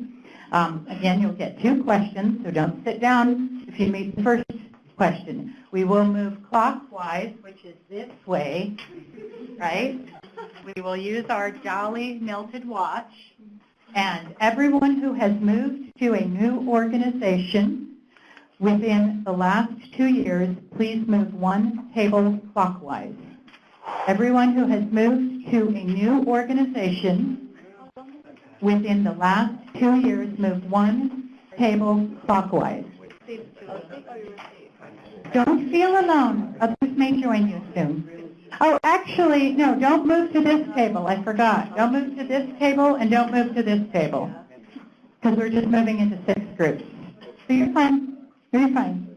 Okay, have you moved? Come on. We've got to get on it. We've lost some time. Move. Move.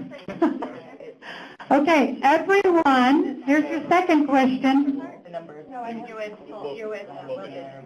Everyone who has changed positions within your own organization in the last year, move 2 tables clockwise. Have you changed positions within your own organization? And we're avoiding this table. This table is non-existent anymore.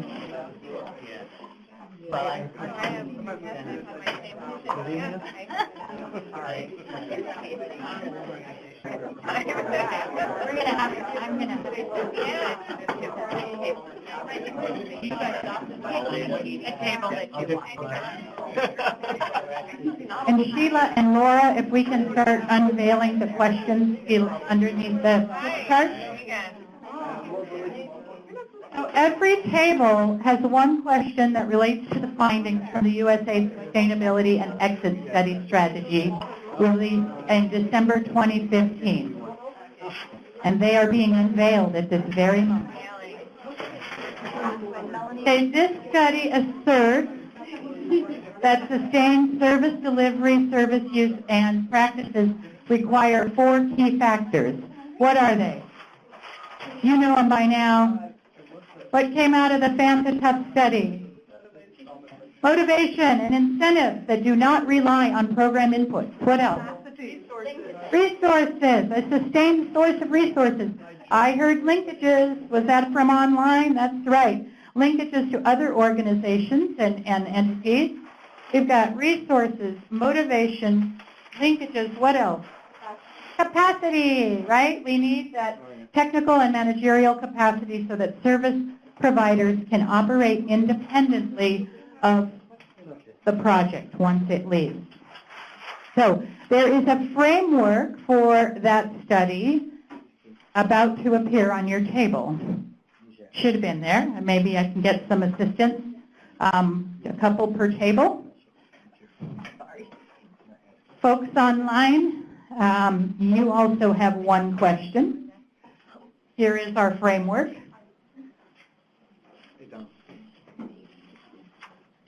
So there is, again, 1 study that relates to the FANTA-TOUGH findings about the 4 factors that need to be in place. There are also some general questions about sustainability that we'd like you to reflect on. We recognize, again, that there are more questions that can be answered. We wanted you to have a menu. So talk about, discuss that first question, and then reflect on the questions below that speak to you.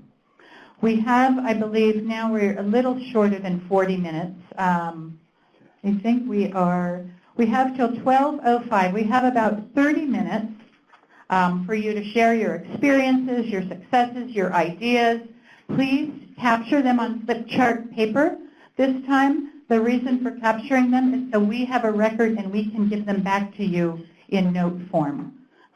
So it is important. We want to capture your ideas, and we can't do that unless you type in the chat boxes or write on the flip charts. So we'll check in at 5 after 12. Again, one key question that's specific to your group, and then there are a number of general questions that all groups will ponder.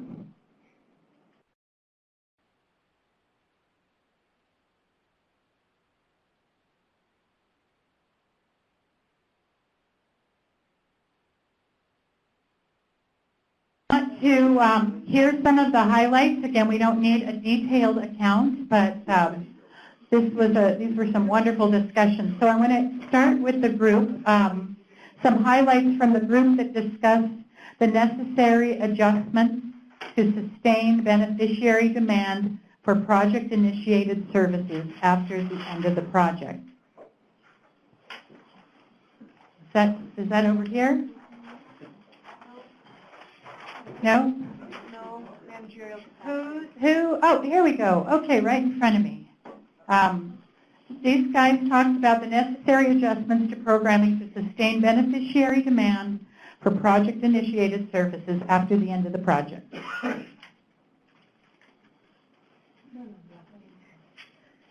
All right, so we covered a number of things. One was linking value to the service provided.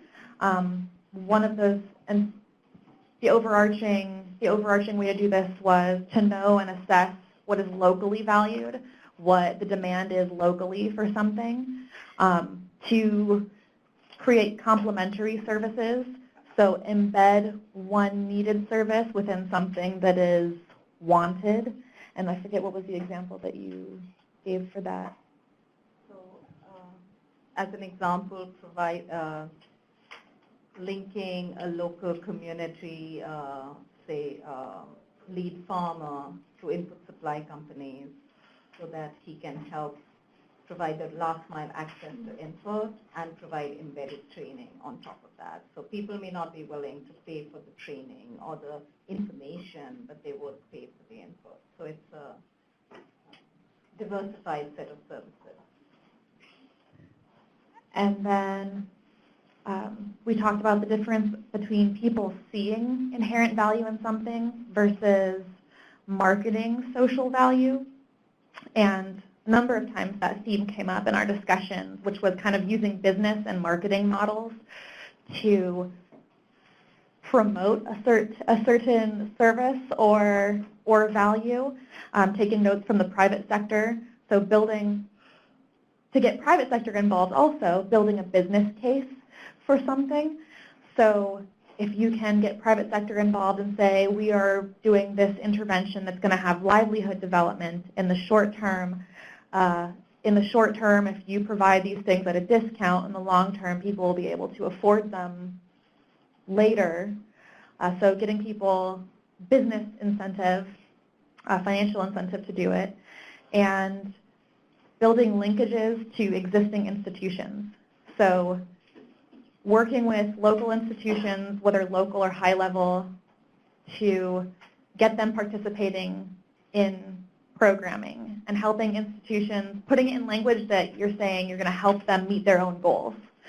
So it incentivizes integration into institutions, and you develop local and high-level champions so that when the program is over, you have these champions who are invested in continuing this program because it's meeting the goals that they wanted to meet. They're experiencing success, and they are now invested in it.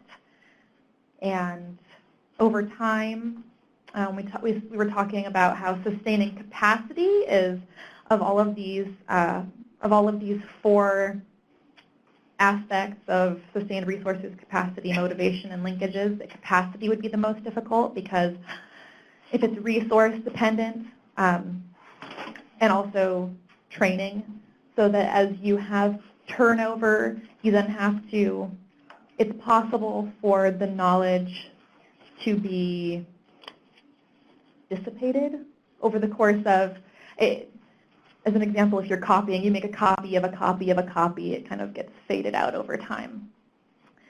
And was there any main necessary assumptions that it asked, assumptions we need to make in our sustainability planning?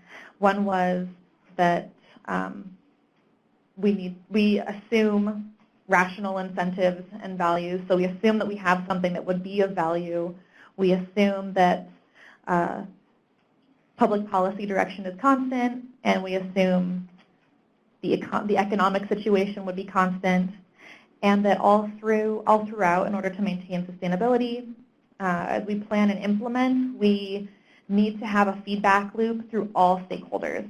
So we consult, assess, plan, validate with the stakeholders instead of getting input from stakeholders, building a program, and then rolling it out and risking that it won't be of value. I think someone mentioned you mentioned that you say, oh yeah, people like red, so we're going to make red toilets in this community, and just assume that that's gonna be the thing.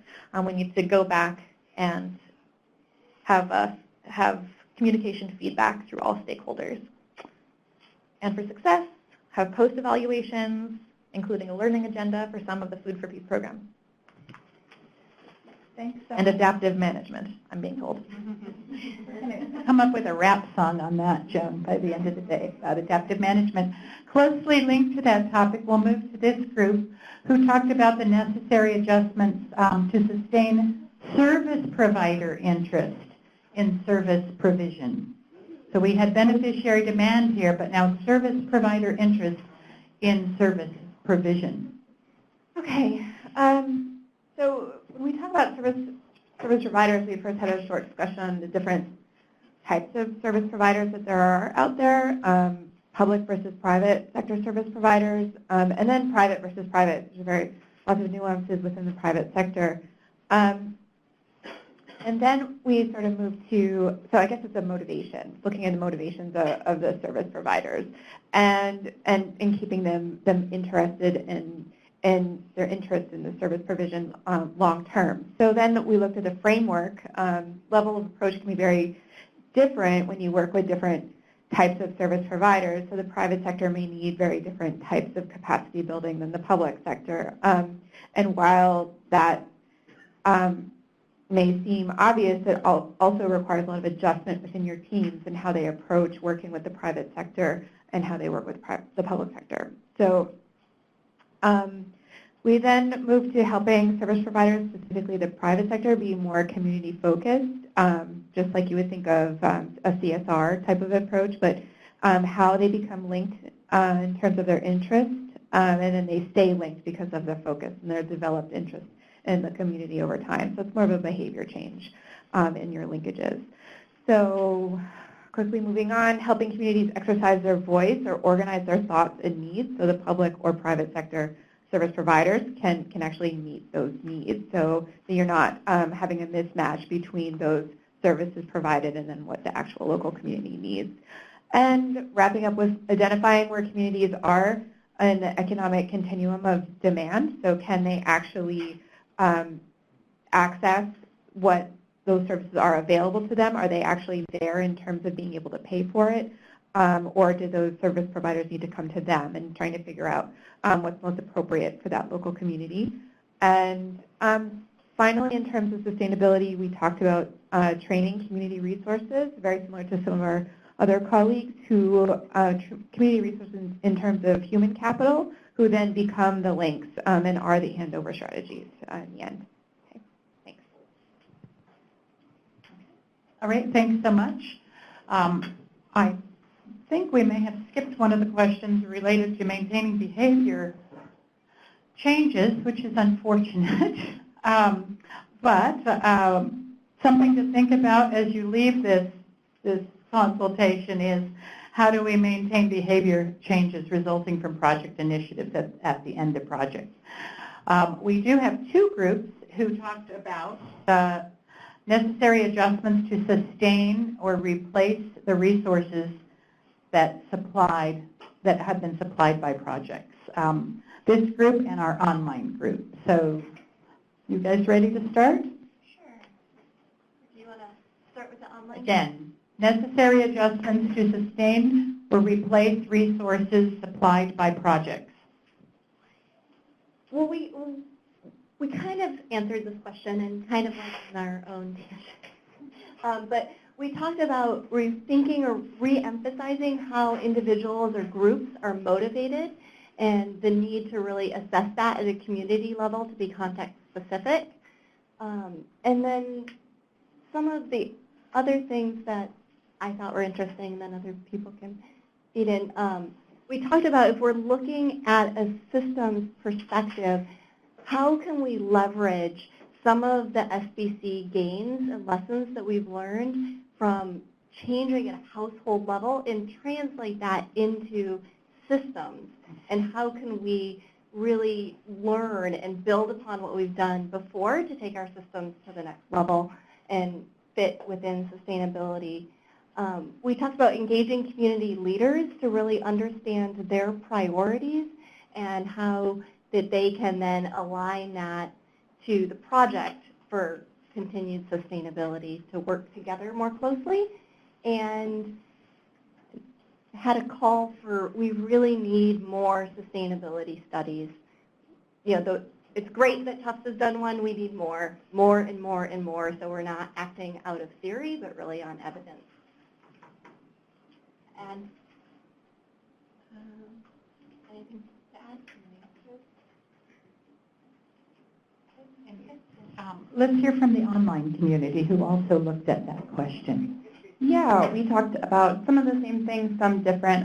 Thankfully, Christy went ahead and gave a little summary of the three kind of adjustments that we talked about, and I'll talk a little bit about each of them. But we talked about clearly defining and discussing expectations around sustainability, engaging local partners as well, and then creating ownership of programming. And so for defining and discussing our expectations, I know online Ayeke gave a really great suggestion of implementing partners creating a set of standards across the board so that we're all offering the same or similar types of services and inputs. And Emily also mentioned that we should start these talks with the community about sustainability at the very beginning of the project, maybe even before the beginning of the project.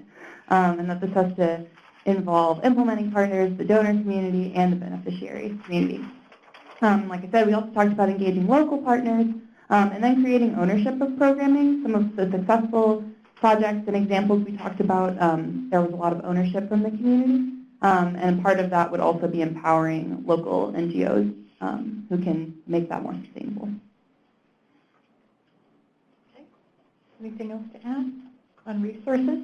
All right, let's move on to the group that talked about sustaining the technical and managerial capacities so that service providers can continue to operate independently of the project. And I believe that's this group in the back.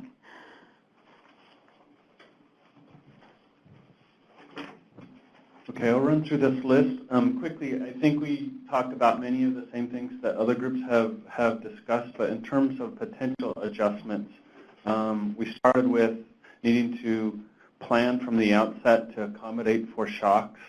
That could be some form of contingency planning, for example, the crisis modifiers that are becoming more common in areas where we operate. Certainly engaging with the private sector, I think with respect to the sustainability criteria that addresses issues related to motivation and resources. As others have said, we need to have a deliberate strategy for capacity building of service providers. A training of trainers approach has been mentioned repeatedly, but in this group we talked about that as a form of continuing education, not just a training of trainers as a one-off event, but to go and see how effective those trainers have been and what the lasting impact of training has been.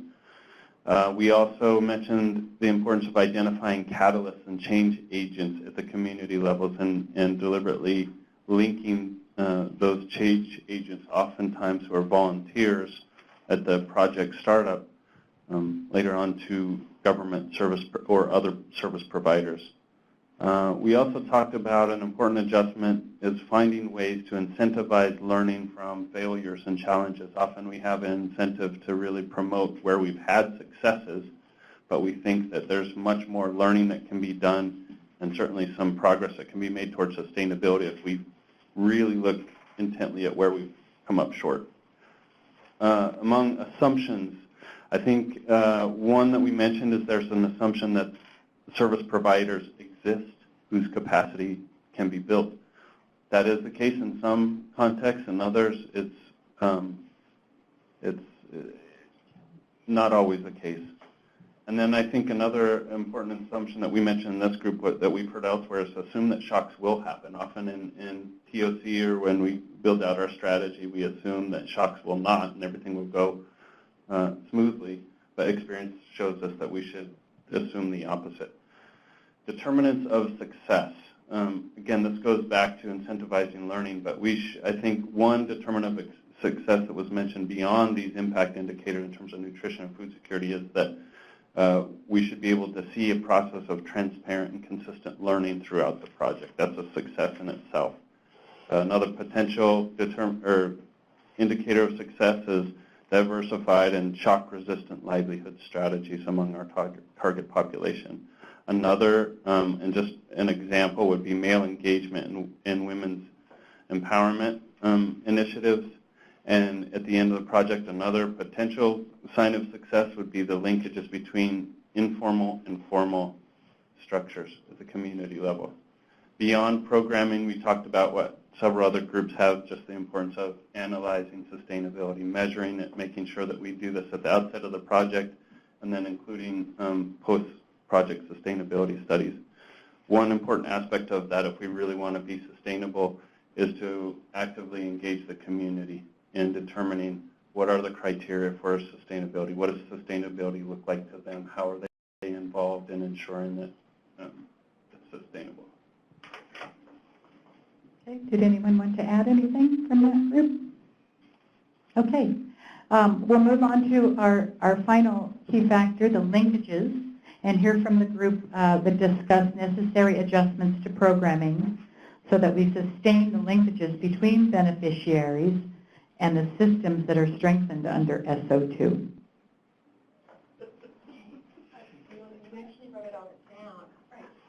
Right, I know you wrote it down, but you know. Okay, so I'm going to do my best, and people here can jump in as they see fit. The first part of assessing local context we talked about with linkages that we really need to map who's out there, who we would actually link to, and how we would harmonize with them if possible.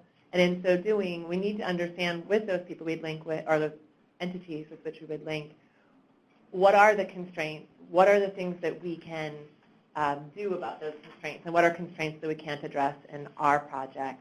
What are the opportunities that present themselves? So we basically have to figure out what we are capable of doing based on what's available to us in that community. We also need to understand what links are already there and working, and other ones that haven't happened, why haven't they happened? And then where the objectives of those entities may align with each other and with our project. So those were kind of the key things we thought were important to come out of assessing the local context. In terms of planning and implementing, we talked about that we really need to focus more on institutions than programs potentially have in the past, and make sure we have a really solid plan for withdrawing our direct engagement and support to the beneficiaries and to these institutions over the time of the project, and make sure that there is local ownership of the work that's going on. And we also talked in this process that we need to make sure we have really good sensitization, making sure that the organizations will understand that they are expected to pick up this work when the NGO leaves, that it's transparent, that communities understand what's going on, that they can replicate it themselves, and that's part of the ownership, I guess, as well. But we also have to understand we can build this great little system, but then there could be a crisis or a shock. And what will that do to the linkages that are happening and that are taking place? And using an adaptive management approach to make sure that we're adjusting along the way will be important in terms of planning and implementing. Success, we talked a little bit around whether the success would be measured by whether there was a successful linkage or the result of the linkage, and we kind of came to this conclusion that at a minimum in the past, the outcome was all that was important, but at the we do need to make sure that the linkage is there as part of how we're measuring success if we want to see sustainability in the long term. And one thing I skipped over here was we talked about that there's the system process. So exclusive linkages could be a dangerous thing. People often might want to build a linkage with one individual seed supplier or something like that. But in fact, we want to build the capacity of that community to look for and build their own linkages to make sure that if that one seed supplier you link them to fails or is not good, that there are other options out there. So now, would anybody like to add to that?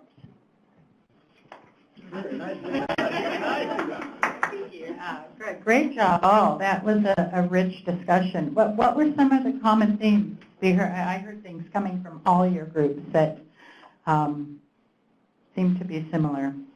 What were the common themes you heard? Local ownership. Local ownership. Local ownership. What else? We can just fire them off here. Just shout out. Adaptive management. Adaptive management. Modifiers. Crisis modifiers. Anybody online? It's coming. I was intrigued by the SBC for individuals within the institutions. That came up and mentioned in at least two groups where we're used to SBC approaches for at the household level, with individuals, but when we're talking about service provision and when we're talking about systems, there is also a SBC element for those individuals within the systems. That was intriguing to me. Some other common themes. Post-project sustainability studies. Tom, you've got to shout.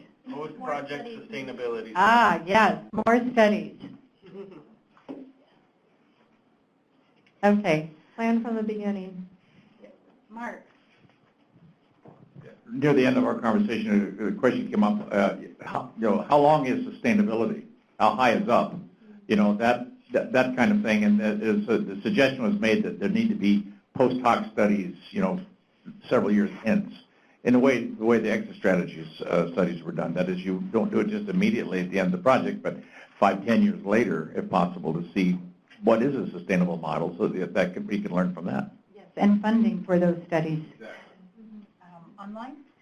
So there was a suggestion about developing standards for handing out resources across implementing partners, and Christy's just saying that she really likes this suggestion. She knows that sometimes it can be seen as a check-the-box activity, but standards really are useful in engaging local organizations and communities. Okay. Any final comments? Then I think we'll move on to the way forward. So this strategy is an ambitious and exciting strategy. And as we move from a focus on individuals and households to including the systems at the community level all the way up to national policy and planning, it requires adjustments on the part of the IPs, adjustments on the part of Food for Peace. So in this next plenary discussion, we would like everybody to reflect on some of the specific ways in which Food for Peace and the IPs will need to adapt in order to support implementation under this new strategy. So this could be relationships, this could be expectations, this could be some of the points you raised earlier this morning, coordination, communication, and outreach. I mean, I'm just shooting the breeze here. Many more things I haven't thought of, but we will use the next 25 plus minutes to talk about the adjustments that are needed on the part of the IPs and also on the part of Food for Peace. Anybody? Joan looks like she's willing to start. Somebody else said it. It's Tim. and he's gone, the evaluation criteria of proposals, that what's embedded and institutionalized is more beneficiaries, more better, more coverage, but really we're talking about deeper quality.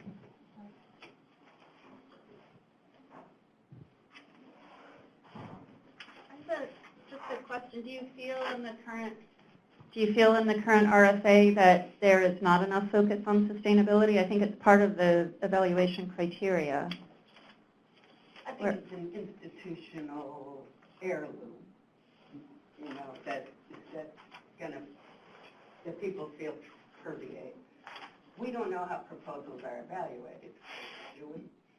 Well, We know there's what the RFA is. evaluate, yeah, that's what I mean. So do you mean the actual criteria stated in the RFA? No, that is how they're evaluated. In Zimbabwe, we've seen a shift that encourages quality, sustainability, but I think we still think there's probably many people involved who still look at. Yeah, we could just say, because it would be helpful for us to hear the experience. And Well, I just kind of want to, like an example, on the cover page we have to put cost for beneficiary. And that right there up front, it's what is Food for Peace trying to reach? Is it broader or is it deeper? And I think in a competitive environment, you know, we invest a lot of resources into these proposals and that cover page counts a lot. yeah, okay, point taken. Because Tim brought it up earlier that it's making a risk if you do invest in going deeper, that you are going to have a different cost per beneficiary. And point taken. We have added things to the evaluation criteria. I don't write the RFA, but I've read it, but thank you. Can I add also the value? Microphone. Sorry. Sorry, just the emphasis on direct versus indirect beneficiaries, where Food for Peace places greater value. Yeah, that's what I was going to say. Yeah, I was actually, taking your point. But I also think that when we start looking at the capacity building in the system, that we are going to be measuring something different from impact on beneficiaries necessarily. So if we're looking at systems impact, that is not going to be measured at a household level, which is the now normal way in which all of our indicators are measured at baseline and final. And if we're measuring the impact on institutions, then we need to come up with a different set of criteria for measurement. So success will be really measured in a different way from the way that, you know, for SO2 than in the way it would be measured for SO1. So when you said we would not be discussing indicators, I think that that discussion needs to be had because there will be different indicators to measure the impact of SO2 IRs and activities and so forth that are based on building systems or improving systems. That's all. Go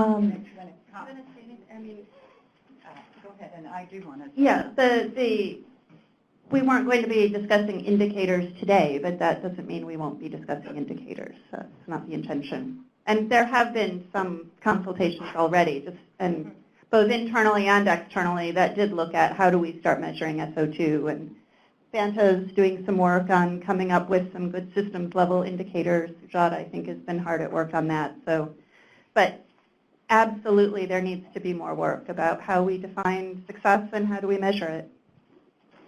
I mean, I don't know if, so I just want to kind of ask before I relinquish the microphone, I'm sorry about this, but how many organizations here feel that they are already measuring systems and have systems level indicators that are being used in your programs, say as annual monitoring indicators or something along those lines? I'd add to that reliable indicators, precise indicators. that you've used for measuring impact on systems or system capacity, because or that you assess, or in any kind of program. Okay, let's broaden it. But also looking at from that standpoint, because the indicators are out there, but also if you're going to be measuring it through an indicator, you also have to be able to assess it. So I'm sure that there are probably people in this room who've assessed capacity through some kind of study or research or something. Has anybody done that in this room? I think certainly Save the Children's Health Programming has extensive examples to offer. I mean, health is kind of the easy one, right? Guys, let's get the microphone so folks online can hear you. Do we have a comment from online? Yeah, we have a comment from online from Christy again. She just mentioned it's important to continue to ask questions about the strategy, how it is being interpreted and implemented. And it's also important to encourage understanding among implementing partners, mission staff, and WDC FFP staff. Other ways that either IPs or Food for Peace will need to adapt if we are to be successful at implementing this strategy. Expectations or relationships. I guess one thing that kind of came out of our conversation too was how sometimes one program can be doing system strengthening or creating linkages, and another program will sort of come in with a different mandate and affect that, that effort. So I guess I would just encourage USAID, to assist with the coordination and looking at what other donors are doing and how we can perhaps better work together, because we certainly are, we'll do our best, but it also, I think, comes at the donor level as well. Emergencies are a great example of that. Mm-hmm.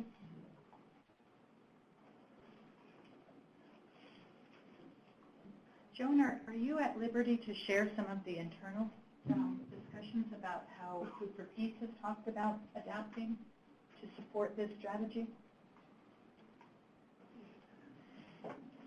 I didn't mean to put you on the spot. I'm sorry. Yeah, I don't know at what level. I mean, at any level you're willing to share, maybe. Sure. I think our design, we have a new design team, so there's a stronger focus on actually what happens before an RFA is created. So I think it is so that we have a better, stronger focus on assisting in that coordination, doing better country-level analysis, or being more consistent across countries. And that does include a really strong systems lens, and that they are taking that to heart and embedding the strategy in what happens on the development side, how programs are designed and what gets put into the country-specific information. And I think it has been, looked at even in the desk reviews as well. There's been a lot of outreach to our country programs, to our country backstop officers, because it is really important that if we are asking implementing partners to start responding in a certain way and implementing in a certain way, it's always a struggle in an organization our size, but how do we make sure that every country backstop officer is also in line and understanding that, and understanding if your results are taking longer, it may be because of this greater investment going deeper, making sure that there is that system strengthening going on. So our big struggle, our big task, we're not done yet. We've got a lot of turnover. We have a lot of new staff coming on. We have been growing and creating new teams.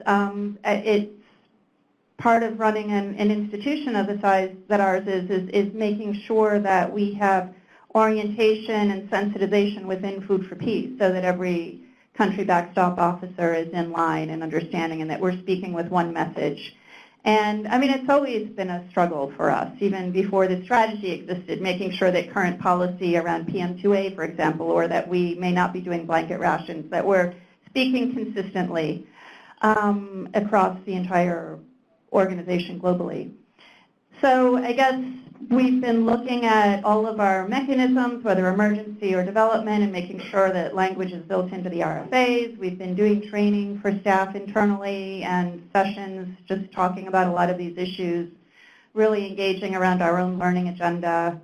There's more to do. It's a busy office, so it's not perfect. But part of it is just staying engaged and making sure that, I think one thing we want to do is after the next round of development programs, we want to start reflecting more, having internal, we did last year for the first time, and after action review to just say what happened on the selection committees, what did you see, and having our technical teams involved so that we can all be looking at whether we were speaking with one voice and funding what it is we want to be funding and making sure that the loop is closed. Great. Thank you so much. Lisa? Thanks a lot. So I'll just put forward a request from CRS that probably is shared by everybody else, which is that greater transparency on the part of Food for Peace for which countries might be upcoming would allow us to do some more in-depth work on these systems and institutional assessments that we need to get our minds around. Here, here. Other comments? Amy? Something that we've been, I think a lot of the implementers have been focusing on and struggling with when it comes to more market-focused implementation, but I think that can be generalized when you're talking about system strengthening is our own staff and our own teams and updating their approach and kind of the way that they look at these programs. So as opposed to, great, we'll do an assessment of demand for training farmers or for training the private sector, as opposed to actually let's train them to do an assessment of demand so that they can identify markets and things like that. And that not overlooking our own staff and that they've also been trained in ways of doing things for years in many instances. And when you look at system strengthening or market strengthening, it's a different approach and a different mindset often. Okay, Yemisi? Yeah, so just a final thought from Laurie Pearson from CRS, and she says we need to link to the earlier discussion about stakeholder mapping and coordination. Structural and systemic change means we need to engage more deeply with other stakeholders for common goals and policy change. Engagement with government platforms is also becoming very important. Great, thank you, Laurie. Any other comments about how you as IPs may need to adapt related to coordination? Mara?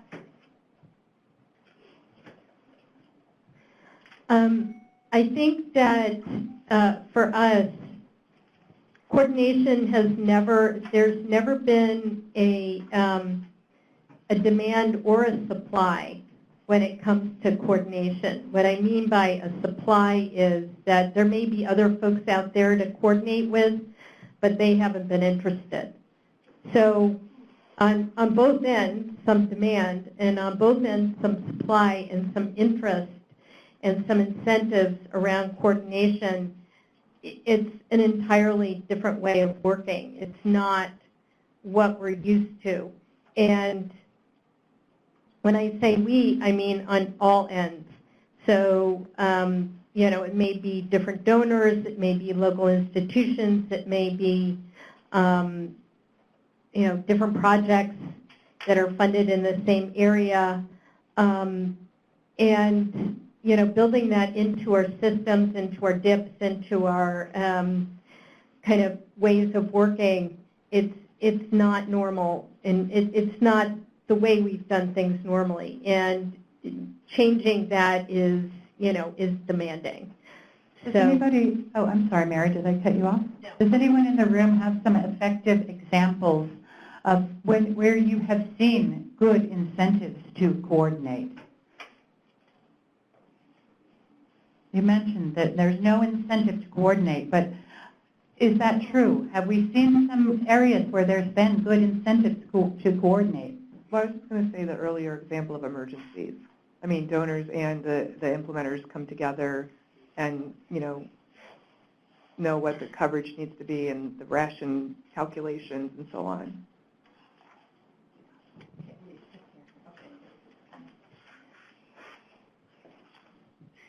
I think Food for Peace writes it into the RFAs.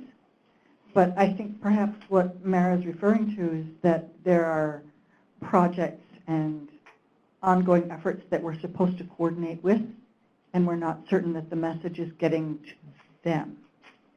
So it's not always easy to sit down and talk with X big health project in a country. Have they gotten the message that they need to be coordinating with us in our planning? Yeah, can I just add to that, because there is an example, a recent example. Can we hear a comment? I think Just a quick example from a country I've just come from. When the mission said you get extra points for coordinating, everybody was coordinating. And so I think it's really nice to have that supportive environment for those of us who wanted to do it anyway. And was the message getting to All partners, yes. All partners and external stakeholders? Yes. Okay. Yes, so we were able to build on that. And, Okay. yeah, in Mali, Joan. Is this on this tangent? Yes. Okay, Joan and Joan. Okay. But I'm out of my depth here. I don't know democracy and governance, but a lot of my experience in Central America, there were serious efforts to work with government to give 5% of the national budget to the municipal level government. And I see little bits of that in some countries in Africa, like district health coordinating. But it was really, really effective in creating a resource that now created immediate local coordination. I just wanted to echo what you said. I think that a lot of the responsibility does come at the mission level, and I think there's increasing recognition at USA that we can write something into our RFA, but we need to be working with other counterparts in the mission to make sure they're also writing things into their RFPs and RFAs, that it's not just up to Food for Peace implementers to look for the dance partner. But that also, I think there's increasing recognition that there has to be something to support that coordination that should come from the mission and make sure that it's being observed, that it's going to support that coordination across offices over time as well, that it doesn't just stop with a proposal. I mean, to me, that looks like a broader top. Hint taken. Mara, did you still have a comment? yeah.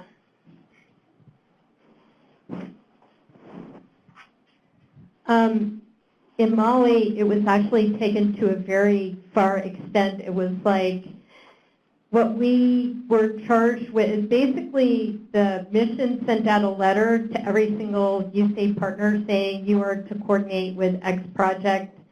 And we then put together a matrix of every single project, both USAID funded and non-USAID funded, that we were going to coordinate and how we were going to coordinate with them and how they were going to coordinate with us, and all kinds of various different, iterations. But it was almost like made into, it just changed the project completely in terms of what we're supposed to be doing and how we're supposed to do it in a lot of different aspects. What? Amy touched on adaptations within our own staff and the sensitization of our staff. Are there more comments on how IPs may need to adapt related to our staff capacity, our staff awareness, in order to align to this strategy?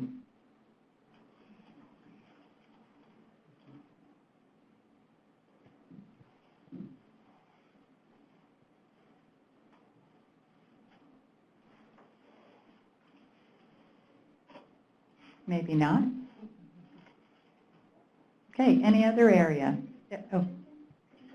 I'm asking, Amy earlier had talked about adaptations, internal adaptations related to staff capacity and staff focus on this strategy, unless I misunderstood you, which I thought it was a great point. And I wondered if anybody else had thought about the kind of internal adaptations around our staff capacity or our staffing, our level of staffing, that need to happen so that we are aligned.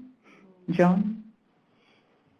Within organizations, when they modify their strategic vision, there's usually dissemination activities of that strategic vision at all levels.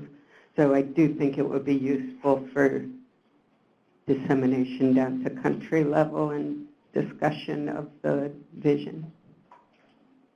And linking to Christy's earlier point of constant checking in, do we understand?